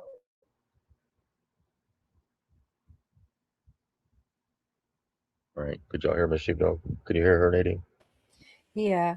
Now, you guys think that this, the play, the scripted part of this really started like within the last 5 years or so? And then before that, there might have been like all of the presidents were just placed in there, but some of them could have had an ounce of decency, like a little bit of decency in them. Yeah. They said, what was it, up until Eisenhower, and then that's why Eisenhower was trying to warn everybody. Remember Eisenhower made the warning about the military-industrial complex's last speech before leaving office? So it's going on for a long Okay, time. you remember JFK's speech? Yeah. Okay, so there should be no reason anybody should be still asleep. If we can go back, even the boomer generation, even the older generations, all were warned. So there's no excuse, right? To not know because they were warned, but we just didn't know at what level. Right. Yeah, that's it. We understand it all. Didn't understand it then, but we understand now. Yeah, because most people really are good people, and we don't expect this kind of stuff. I mean, we expect people to be a little bit shady here and there, but for the most part, we do not expect people to downright lie to us, do bad things to each other. Like we just don't. We don't. Not in our right. It's not in our nature at all. But it's in theirs. So that's why some people, it's hard for them to recognize the evil that they're up against. Because it's not in our nature, but it's in theirs. So, but they trusted the government. They trusted all these institutions. Trusted the experts. They had our best interests. And, trusted Fauci. Yeah. Trusted science. I mean, yeah. So, but we're seeing that not the case. So Blumenthal's right. I know there's politics behind it, but he's right. And he was very right in his choice of words. This will be a disaster if we put ground troops in Iran. And wanted to play one more clip featuring someone who I believe you both probably know, at least know of, but maybe know personally. It's from around 19 years ago, and it's the retired U.S. Army general and former NATO Supreme Allied Commander Wesley Clark during actually a Democracy Now! Interview, but it's very relevant today. I mean, I hope it's not relevant, but I think it is. So let's take a listen. 9/11. About 10 days after 9/11, I went through the Pentagon and I saw Secretary Rumsfeld and Deputy Secretary Wolfowitz. I went downstairs just to say hello to some of the people on the Joint Staff who used to work for me. And one of the generals called me in. He said, "Sir, you got to come in. You got to come in and talk to me a second." I said, "Well, you're too busy." He said, No. He says, "We've made the decision. We're going to war with Iraq." This was on or about the 20th of September. I said, "We're going to war with Iraq. Why?" He said, I don't know. He said, I guess they don't know what else to do. So I said, well, did they? Still got volume. Do you hear that? Why? What? We're going to a war with Iraq. Isn't it the same thing we're doing now? Repeating history 20 years later. We're going to a war with Iran. Why? Oh, yeah. Iran, Cuba, Venezuela. Oh, shit. Right? Hey, you got a question here about from X60 Bud. On former NATO Supreme. From what? You got a question? Military laws above the Constitution. What? What Trump? Nothing trumps the Constitution. Oh no, military is the law is not above the Constitution. The Constitution is the supreme law of the land. Yes. And all military authority, including the They have to abide by that. Uniform Code of Military Justice, the UCMJ, exists under it. Under. So they're breaking the law. Breaking the law. Breaking the law. Courts, Congress, and the president all operate within constitutional limits, even in wartime. Even in wartime, baby. Yep.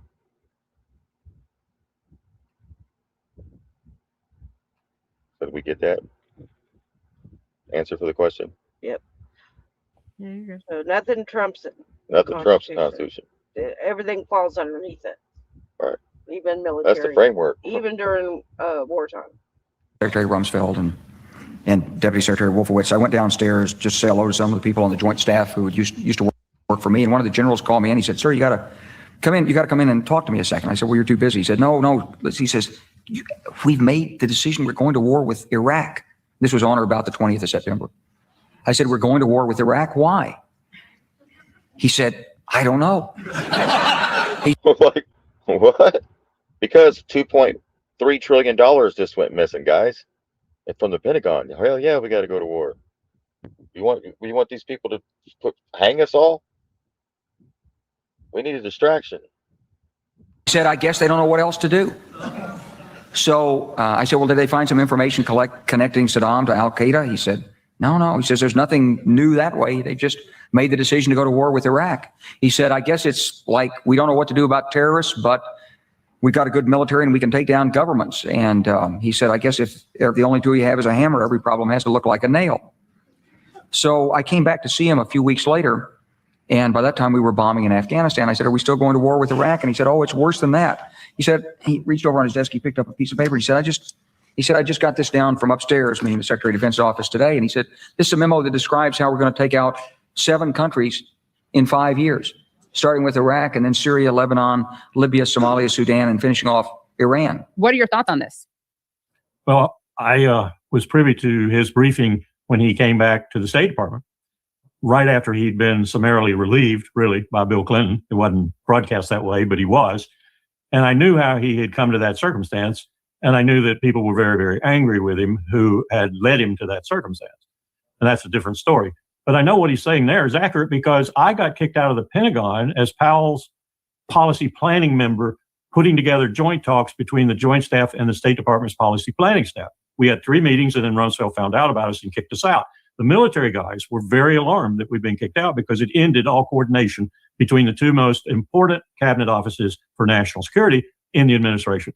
And the reason I was kicked out was because I was inadvertently shown what Wes Clark just said. The other thing I was shown was Mossad investing the number 3 man in the Pentagon, Douglas Feith, Undersecretary for Policy's office. Read Dennis Fritz's book, Deadly Betrayal, and you'll see exactly why that happened. They occupied his office virtually 24/7. And they occupied it throughout and gave instructions to Jerry Bremer and others in Baghdad, the war. So, I mean, you can't make this stuff up. It's just reality. And Rumsfeld once actually, I'm told, I didn't hear him, but it was from a good source, came out of his office one day in frustration, slammed some papers down and said, I don't run this office. Mossad does. Wow.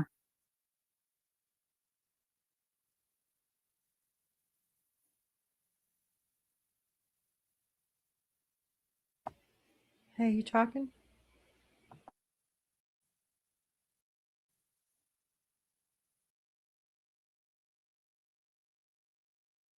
All right, there we go. So the Pentagon plays a big part in all this intelligence stuff going to war and the war planning. Did they call that the War Department? No wonder. Yep. Right? Yeah, he's telling you who they are. Telling you who they are, believe them. If they tell you who they are, believe them. Right? Especially when they show you who they are. Is that how it goes? Something like that. About that. Let me share this channel here for you in the chat. There we go. You're welcome. 66. You're welcome. You're welcome. There's the link for that. So we see what's taking place here. Now let's go and see. Let's look at biblically what is taking place and what we're seeing here with how they're trying to use this war as a way to fulfill prophecy of some sort, and they find scriptures to actually justify whatever it is they want to do. If you want to sleep with your daughters, there's actually scriptures in there. You could probably justify that, right? Oh, that disgusting Lot and his two daughters. Right, drinking And his dumb wife turns around when God says, "Don't turn around." She turns They didn't around. listen. Yeah, I know.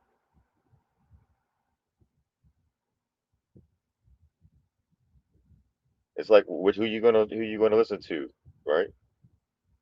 Vaughn, he is a Trump nutcase, a Trump theologist, and he has an opinion on the Iran war that he wants to lay down for us. What wonderful days these days are before the coming of the Lord. He thinks the Iran war is the start of Armageddon, and he's excited. There's a silver lining behind every mushroom cloud with this dude. What wonderful days these days are before the coming of the Lord. What wonderful days these days are before the coming of the Lord. Oh, the glory before the coming of the Lord. Hallelujah. That's f***ing psychotic. Absolutely tone deaf. Listen to what he had to say about it. You know, there was a man in the Bible by the name of King Saul, and God saw that there was a group of people called the Amalekites. The Amalekites, Jagoff. That hated Israel. The Amalekites had one desire: to destroy Israel from under the sun. And God raised up King Saul and told Saul, I want you to preemptively strike the Amalekite. I want you to go in and kill every man, woman, boy, and girl. And I don't want you to explain it to Congress. I don't want you to explain it to anybody. This is obviously thinly veiled analogy, right? He said. So you see that? Kill every man, woman, and child, and then relating it Bible, something in Scripture, as in the Old Testament. In the Old Testament, and then taking that and adding that to what's taking place today and justifying killing women and children. Mm-hmm. And that's why Trump said they don't know what they're doing. He don't know what the fuck he's doing. Yeah, because if those two countries have been going at it for a very long time. Yeah. Right. Right.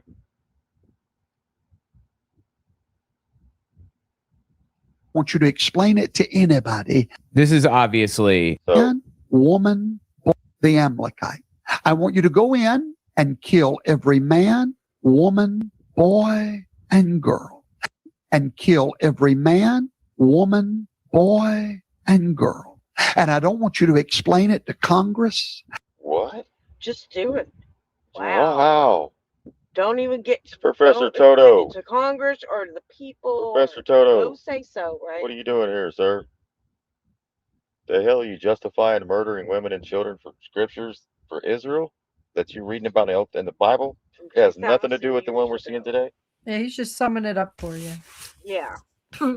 I don't want you to explain it to anybody. Okay. This is obviously thinly veiled analogy. Oh, I'm losing a couple people now. I knew I would lose about 5 or 6. I see a couple people hopping off. It's okay. It's going to offend you. It's going to hit you right. I'm here to drop warheads on foreheads. Okay. Right. He's saying he wants Trump to go in and kill every man, woman, and child in Iran because in his mind, Iran is the Amalekites. What the fuck is wrong with these people? Can somebody please tell me what broke in their brains that makes it okay to endorse literal genocide? And on top of that, when did it become okay in society to endorse genocide? This is what cancellation was made for. Unfortunately, only your own party, only. So that's what I'm saying. There's two different gods in that Bible, folks. You got to ask yourself, who would say green light killing men, women, and children in that Bible? Who put that in there? Where did it come from? What God is that? Because I thought last time I checked, the creator was pro-life. Yes. Isn't he? Creator, in my opinion, my creator is pro-life. They put this, didn't they put this whole thing together to bring this about? Like, this whole thing has been pre-planned. Like, I basically see people like Aleister Crowley writing the Bible. That's they think bringing in the apocalyptic thing that the destruction brings in Jesus or something. It's nothing new. Even the early Christians, it's the opposite. The 1st and 3rd century expected Jesus to return soon, interpreted persecution by Rome as signs of the end, but did not try to cause conflict. They believed God alone controls the timeline. Then there was the Crusaders, radical millennial sects in Europe. Some believed they were helping God establish a kingdom on earth. This often led to violence, forced conversion, and genocide.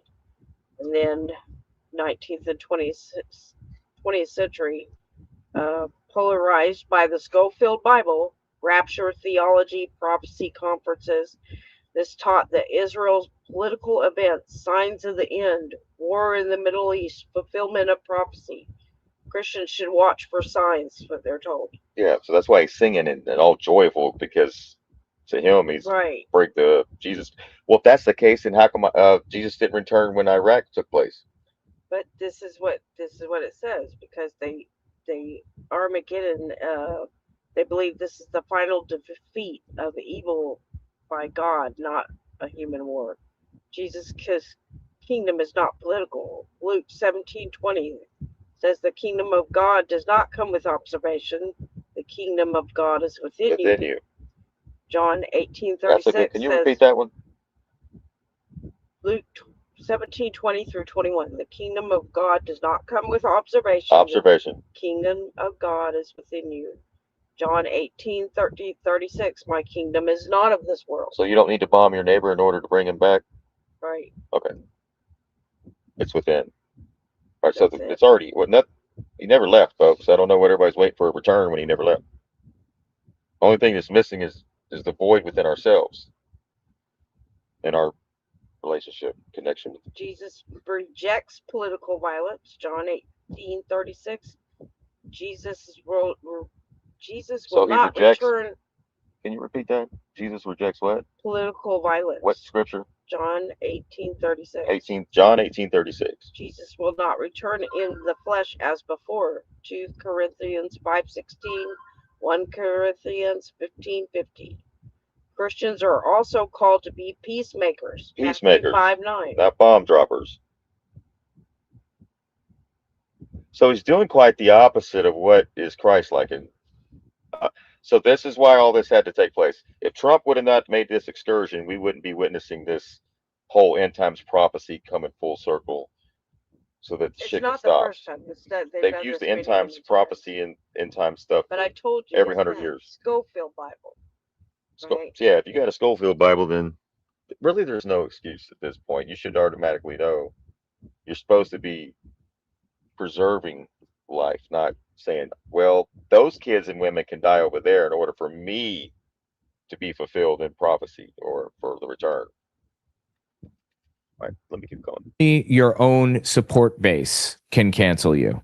I mean, people say Trump is uncancelable. That's not strictly true. He could be canceled tomorrow. If he came out as trans or gay, people would instantly stop supporting him. But Shane Vaughn's political party and basis for support is entirely made up of extremist nutcases who are willing to say or do whatever it takes to murder the people that they don't like. I want you to do what needs to be done to preserve my people a little longer on the face of the earth.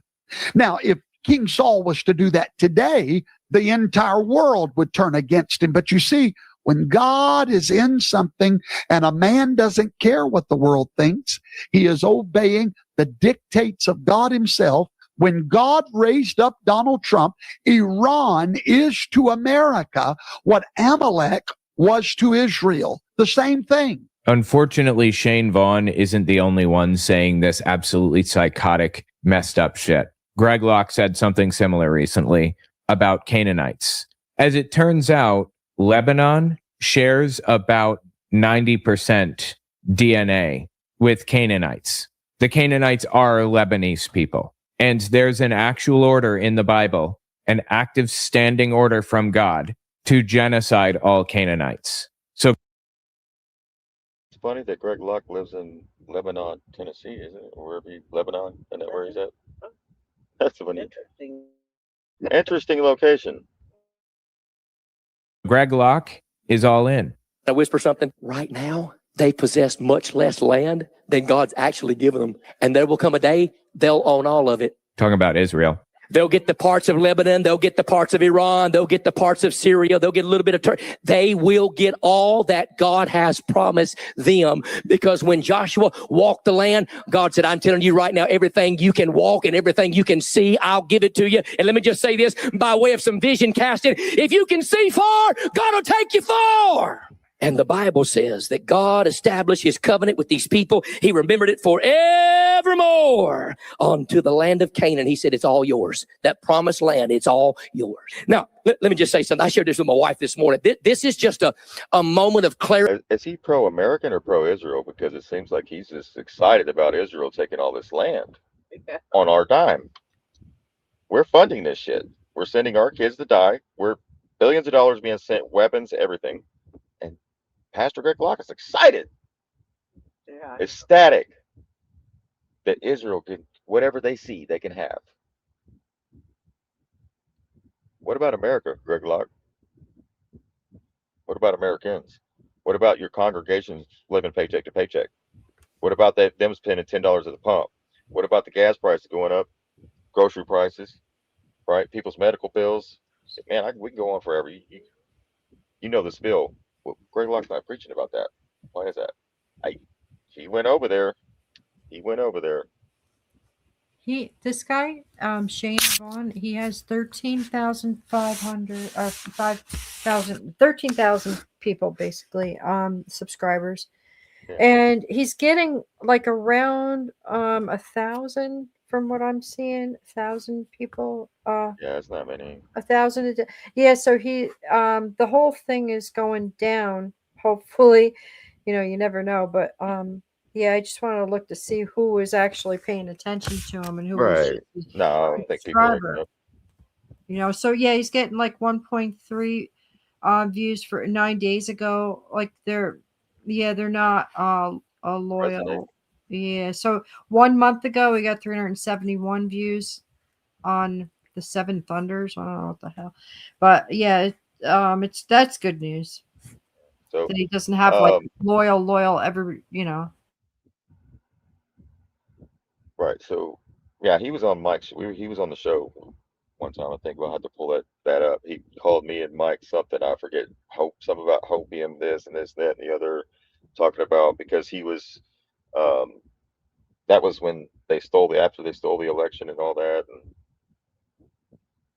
And yeah, he came on the show. Professor Total. He's been in the circuit.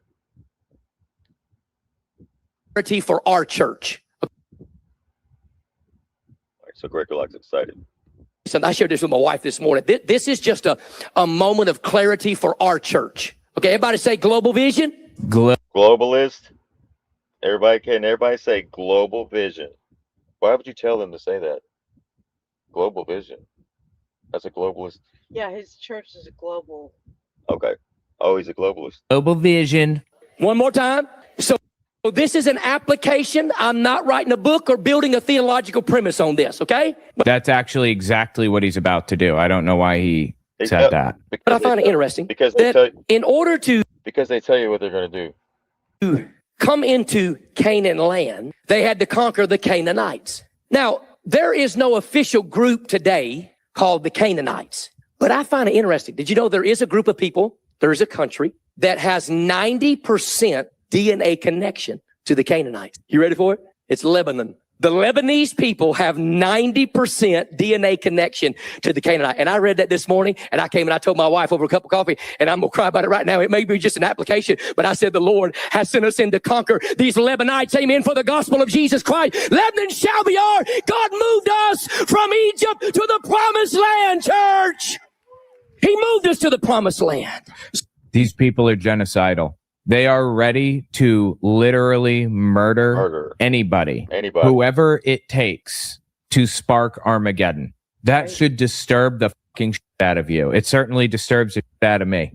Yep, he's from Lebanon, Texas, Tennessee. That's funny, ain't it? He keeps bringing up and the DNA. Isn't this the promised land? Where I stand is the promised land, right? Where we stand. I don't know. I guess they think it's somewhere else. Lands. The many, right? Because Right. All of Abraham's this. seed was the father of many nations. So Abraham's seed was the father of many nations, right? And that's Genesis, huh? 1, 2, 3. As if that's not enough to disturb the shit out of you, this is Shane Vaughn telling us who he is. Just a reminder, I would really appreciate it if you guys checked out my Patreon. If you're not... Oh, I'm glad he brought up Patreon. We might have to set up with something like that or something off because of these. Well, we're going to get into that here in a minute with this new AI stuff. And then, yeah. Going to donate, you don't have to, but follow me there at the very least. Owen Moore, the government, or whatever. Act with me and for other creators too. We would never. Creators too. What? Act with me and my content. I'm really concerned about that. And maybe you should consider that for other creators too. We would never be this defensive of Donald Trump if you would not have forced us into this cult mentality. Yeah, it's my fault, you see. It's my fault that he is a cult member. Yeah, we would now fight for Donald Trump. Why? We believe in justice. And when we see a man... You believe in justice, and why did you ignore the Epstein stuff? Professor Toto? Man that God's put his hand on, being a... God put his hand on one man. I think God puts his hand on everybody. But they pick and choose who God... Because they know, right? Attacked night and day. You are forcing us to look like a cult. I'm not forcing you to do jack shit. You don't have to be a cult member. You could walk away from politics entirely, have nothing to do with it if you wanted, and you wouldn't look like a fucking cult member. You know, Shane Vaughn has responded to me personally before. We're patient and steadfast in our support of a single man. I know. That's the issue. What about the rest of the country? What about Americans? America. The people is what the Constitution says. Right? Doesn't say we the Donald Trump supporters. Shit, dude. And then you call yourself, he said you're forcing us to look like, to be cult members. Like, what the hell? Our cult followers. Yes, we follow a man. Yes, we do. Yeah. We drank the court of a single man. We are cult followers. To me personally before. We're patient and steadfast in our support of a single man. We are cult followers. Yeah. There you go. God damn. Yeah, that's the issue. Professor Toto, man, you're so honest. Yes, we follow a man. Yes. Yeah, I thought you were only supposed to, let's say, follow Jesus or follow Christ. Yeah, no man. What does it say? Do not worship no man. So he's no man. So they use scriptures to justify war, but then when it comes to their following in a man, they just ignore scripture altogether. I think he's got his idols behind him too. Yeah, it's crazy. We do. We drank the Kool-Aid and it's orange. Oh, Anyway, these people. he drank the orange That's Kool-Aid. disgusting. That's just disgusting. Don't drink the Kool-Aid. Especially with them calling Trump Orange Man or whatever. So that's so disgusting. Imagine Trump being put in a blender and it comes out orange.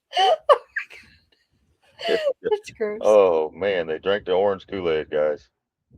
Holy shit.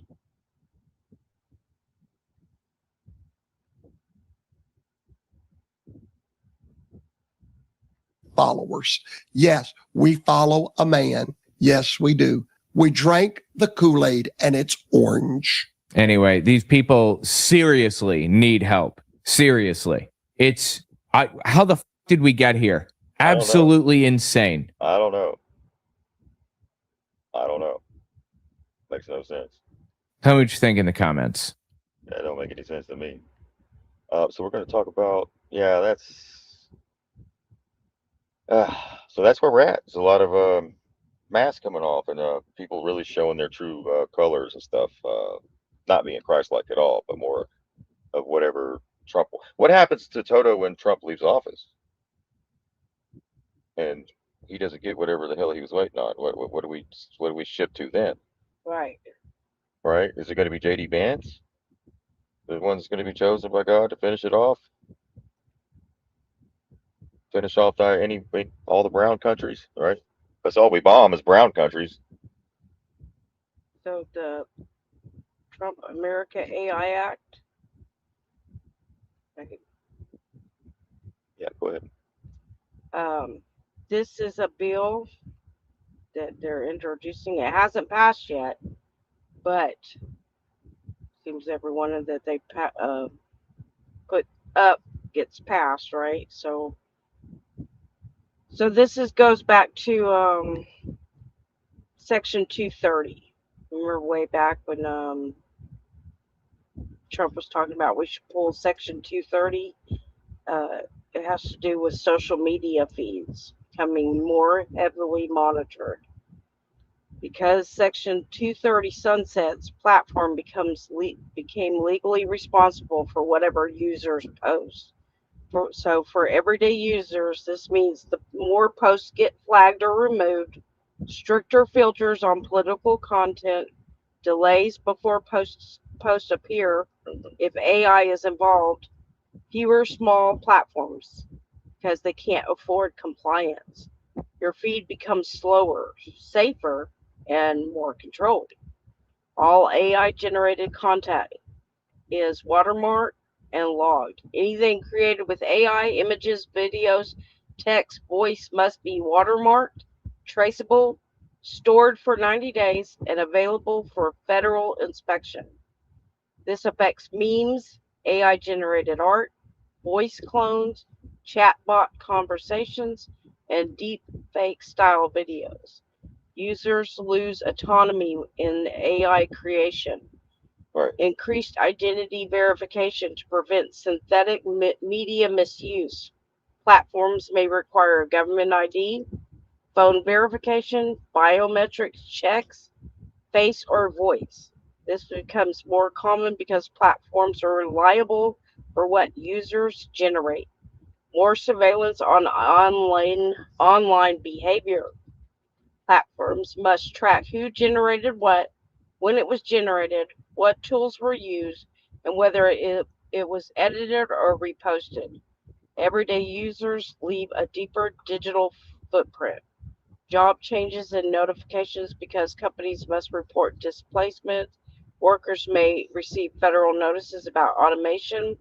Some jobs may require retraining. Workers may be automatically enrolled in transition programs. Employment history becomes part of a federal workforce database.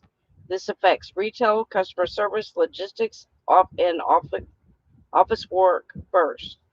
AI tools become more restricted. Everyday AI tools, chatbots, image generators, assistants may refuse more requests, provide more filtered answers, require age verification, limited political or sensitive content. So you won't be able to talk about go limit what you talk about Politically. politically. Yeah. Ask for consent before generating certain outputs. So more customer service is automated. Few human agents are available. AI interactions are monitored for safety compliance. Users may be told when they're talking to AI. So there'll be safety pop-ups and disclaimers. Everyday users will see this content was generated by AI. This may contain synthetic media warnings. This interaction is monitored for safety notices. This platform is liable for harmful content disclaimers. So fewer experimental AI apps. Small developers may shut down or avoid releasing new tools because licensing is expensive, compliance is complex, and liability is high. So that's what we're up against if this passes. Which there are some good things in there because there's a lot of fake stuff going around that's not even true. But then there needs to be limits on this because that, they'll be flagged and you'll get more stuff taken down. And looks like the only ones that will be able to afford it will be the big ones like Facebook. I'm not sure about these other platforms. I don't know how they're going to do that. Yeah. So the BB Comeback song that we played earlier was from Hard Archive channel. I didn't share that.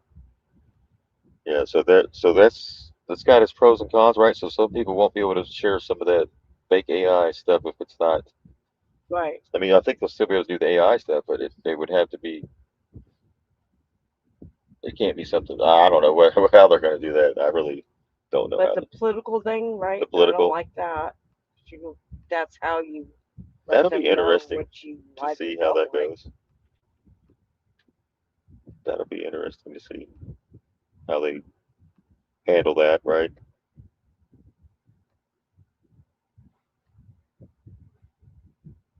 Practices used for generations to treat the body and mind are now being officially recognized as healthcare in New Mexico. Medicaid in the state will now cover these services for Native American members. News 13's Marilyn Upchurch spoke with community members who say this is long overdue. It really is a big part of our culture and, like I said, to our identity as well. University of New Mexico medical student Taylor Russell appreciates modern medicine, but as a Native American, she's also interested in traditional medicine, and it's something she is advocating for as a future physician. She wants to bridge the gap. Some of my grandparents were herbalists, and they would use herbal medicine, prepare it, and then help people that had some symptoms. Just last week, the state's healthcare authority announced Medicaid will now cover traditional healing practices for Native American members in participating tribes, nations, or pueblos. Traditional medicine practices have been used for generations. Healing can include herbs, prayers, and ceremonies. So it connects us to the world of spirituality, and it ensures that our culture is continuously maintained. New Mexico is one of 4 states to get the federal approval. So far, the Navajo Nation is the first participant in the 5-year program. Native American Medicaid members can see providers at participating tribal facilities and get a referral to a traditional healer. The associate director of the Center for Native American Health at UNM Health Sciences says he's ready to see traditional medicine acknowledged by Medicaid as legitimate health care. This policy really aligns with the health system of how Native communities understand health and healing, which is health is just not in the physical form. We have what we call relational care, self-care. Marilyn Upchurch, KRQE, News 13. For more information on who is eligible for the services and how the program works, head to our website, krqe.com. All right. There you go. There you go. Hell must be freezing over, right? Could be hell freezing over right there. I never thought I'd see the day. So there's 4 other states. What other 4 states do you think, Michigan?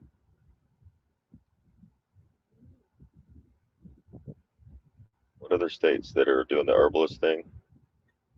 Oh, Arizona. But it's just for travel, right? Yeah. What's up, America? I just want to take a minute and say something that doesn't get said enough.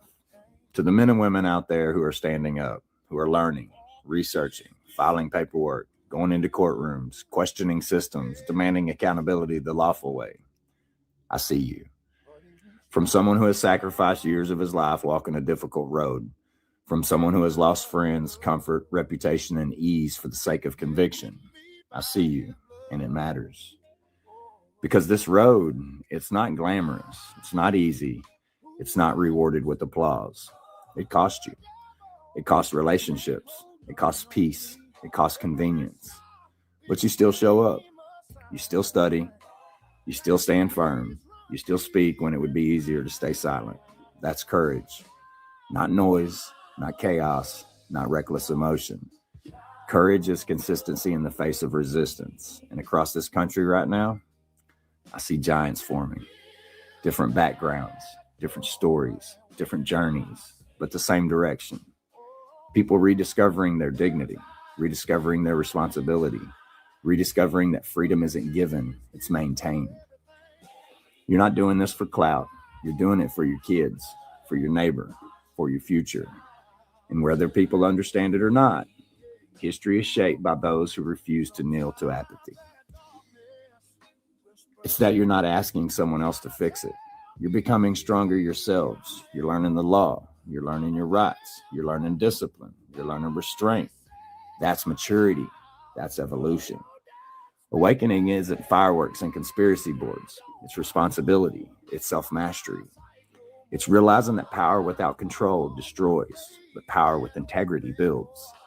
So to the men stepping up, becoming protectors instead of complainers, to the women stepping up, becoming pillars instead of spectators, to the families who are choosing courage over comfort, thank you. You don't even realize how many people you empower simply by standing steady. Because when someone sees you show up calmly, informed, and grounded, it gives them permission to do the same. Pressure creates diamonds. Resistance creates resilience. And this season, this is a refining season, not of violence, not of division, but of character.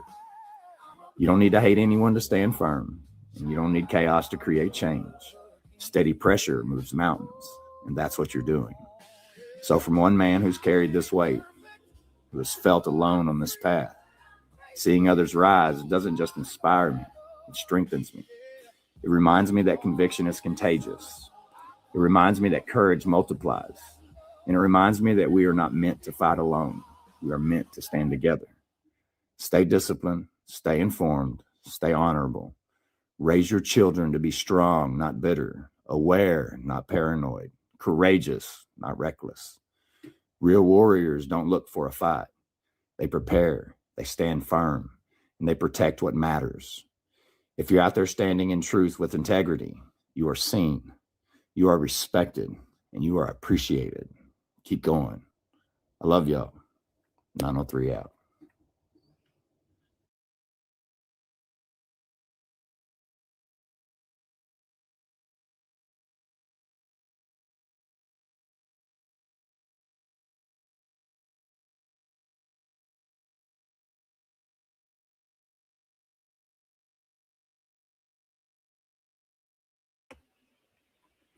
Are you talking? So there's hashtag B903. How come I'm not following him on here on mine? Yeah, he's on Facebook under Chesty Puller too.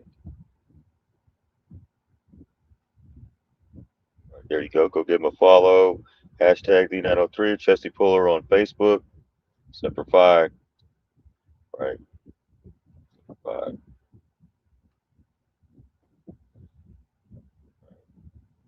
So another win, another great show. Thank y'all. Thank y'all.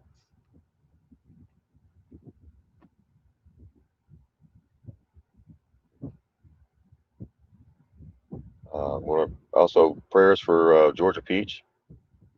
Want to talk about that?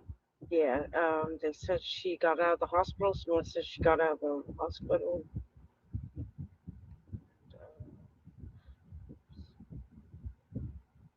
Yeah, she's been in the hospital for a couple of days now. I think it was 3 days. Yeah, Georgia Peach is she's in our Telegram chats. If some of you don't know her, I don't know if she's in our Rumble chats or YouTube, but she's in our Telegram chat. She's having a little issues with her heart, right? So We're sending prayers to her.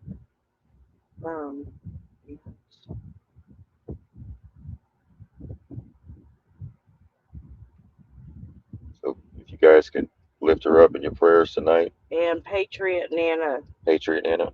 She had surgery, so she's out, but she's in a lot of pain. So prayers for her too. And then, yeah, her surgery was successful. Good. Okay, that'll work.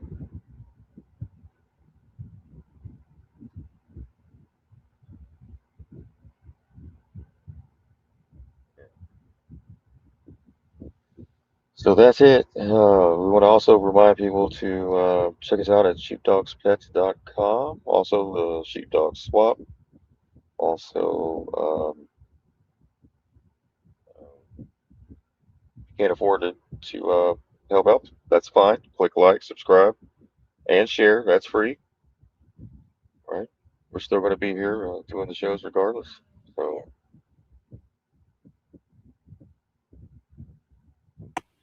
Tomorrow is the spring equinox. Gas station owners right now is what we started with. He's got one of the ohms on his chest. Here's right? Yeah.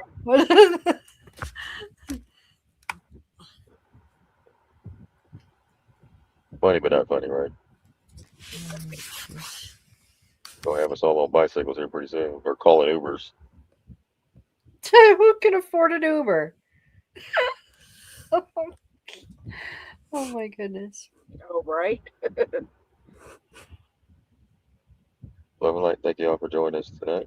Night, everyone. Love y'all. Good night, everybody.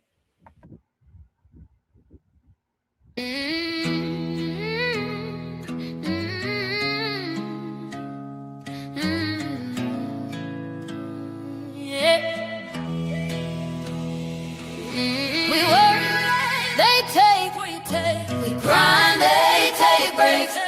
Every penny that we make, somebody else gets paid.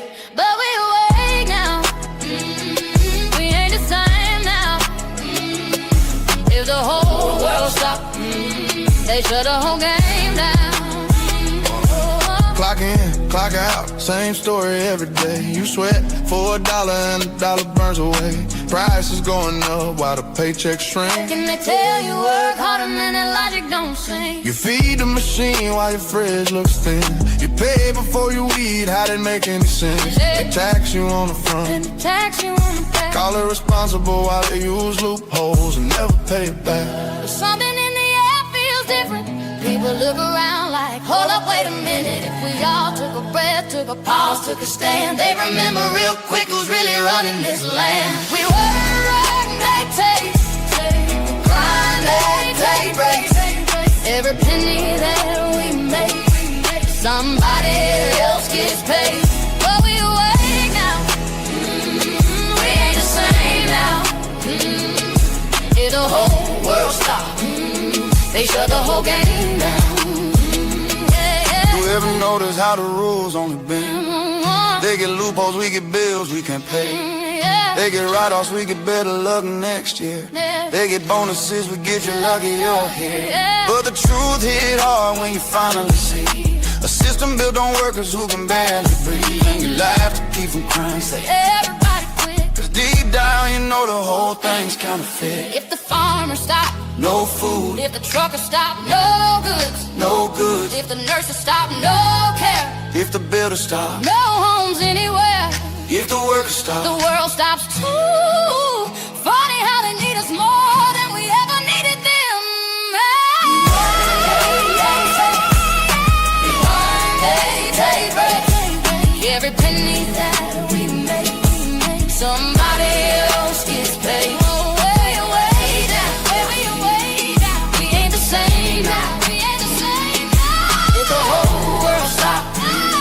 they shut the whole game down.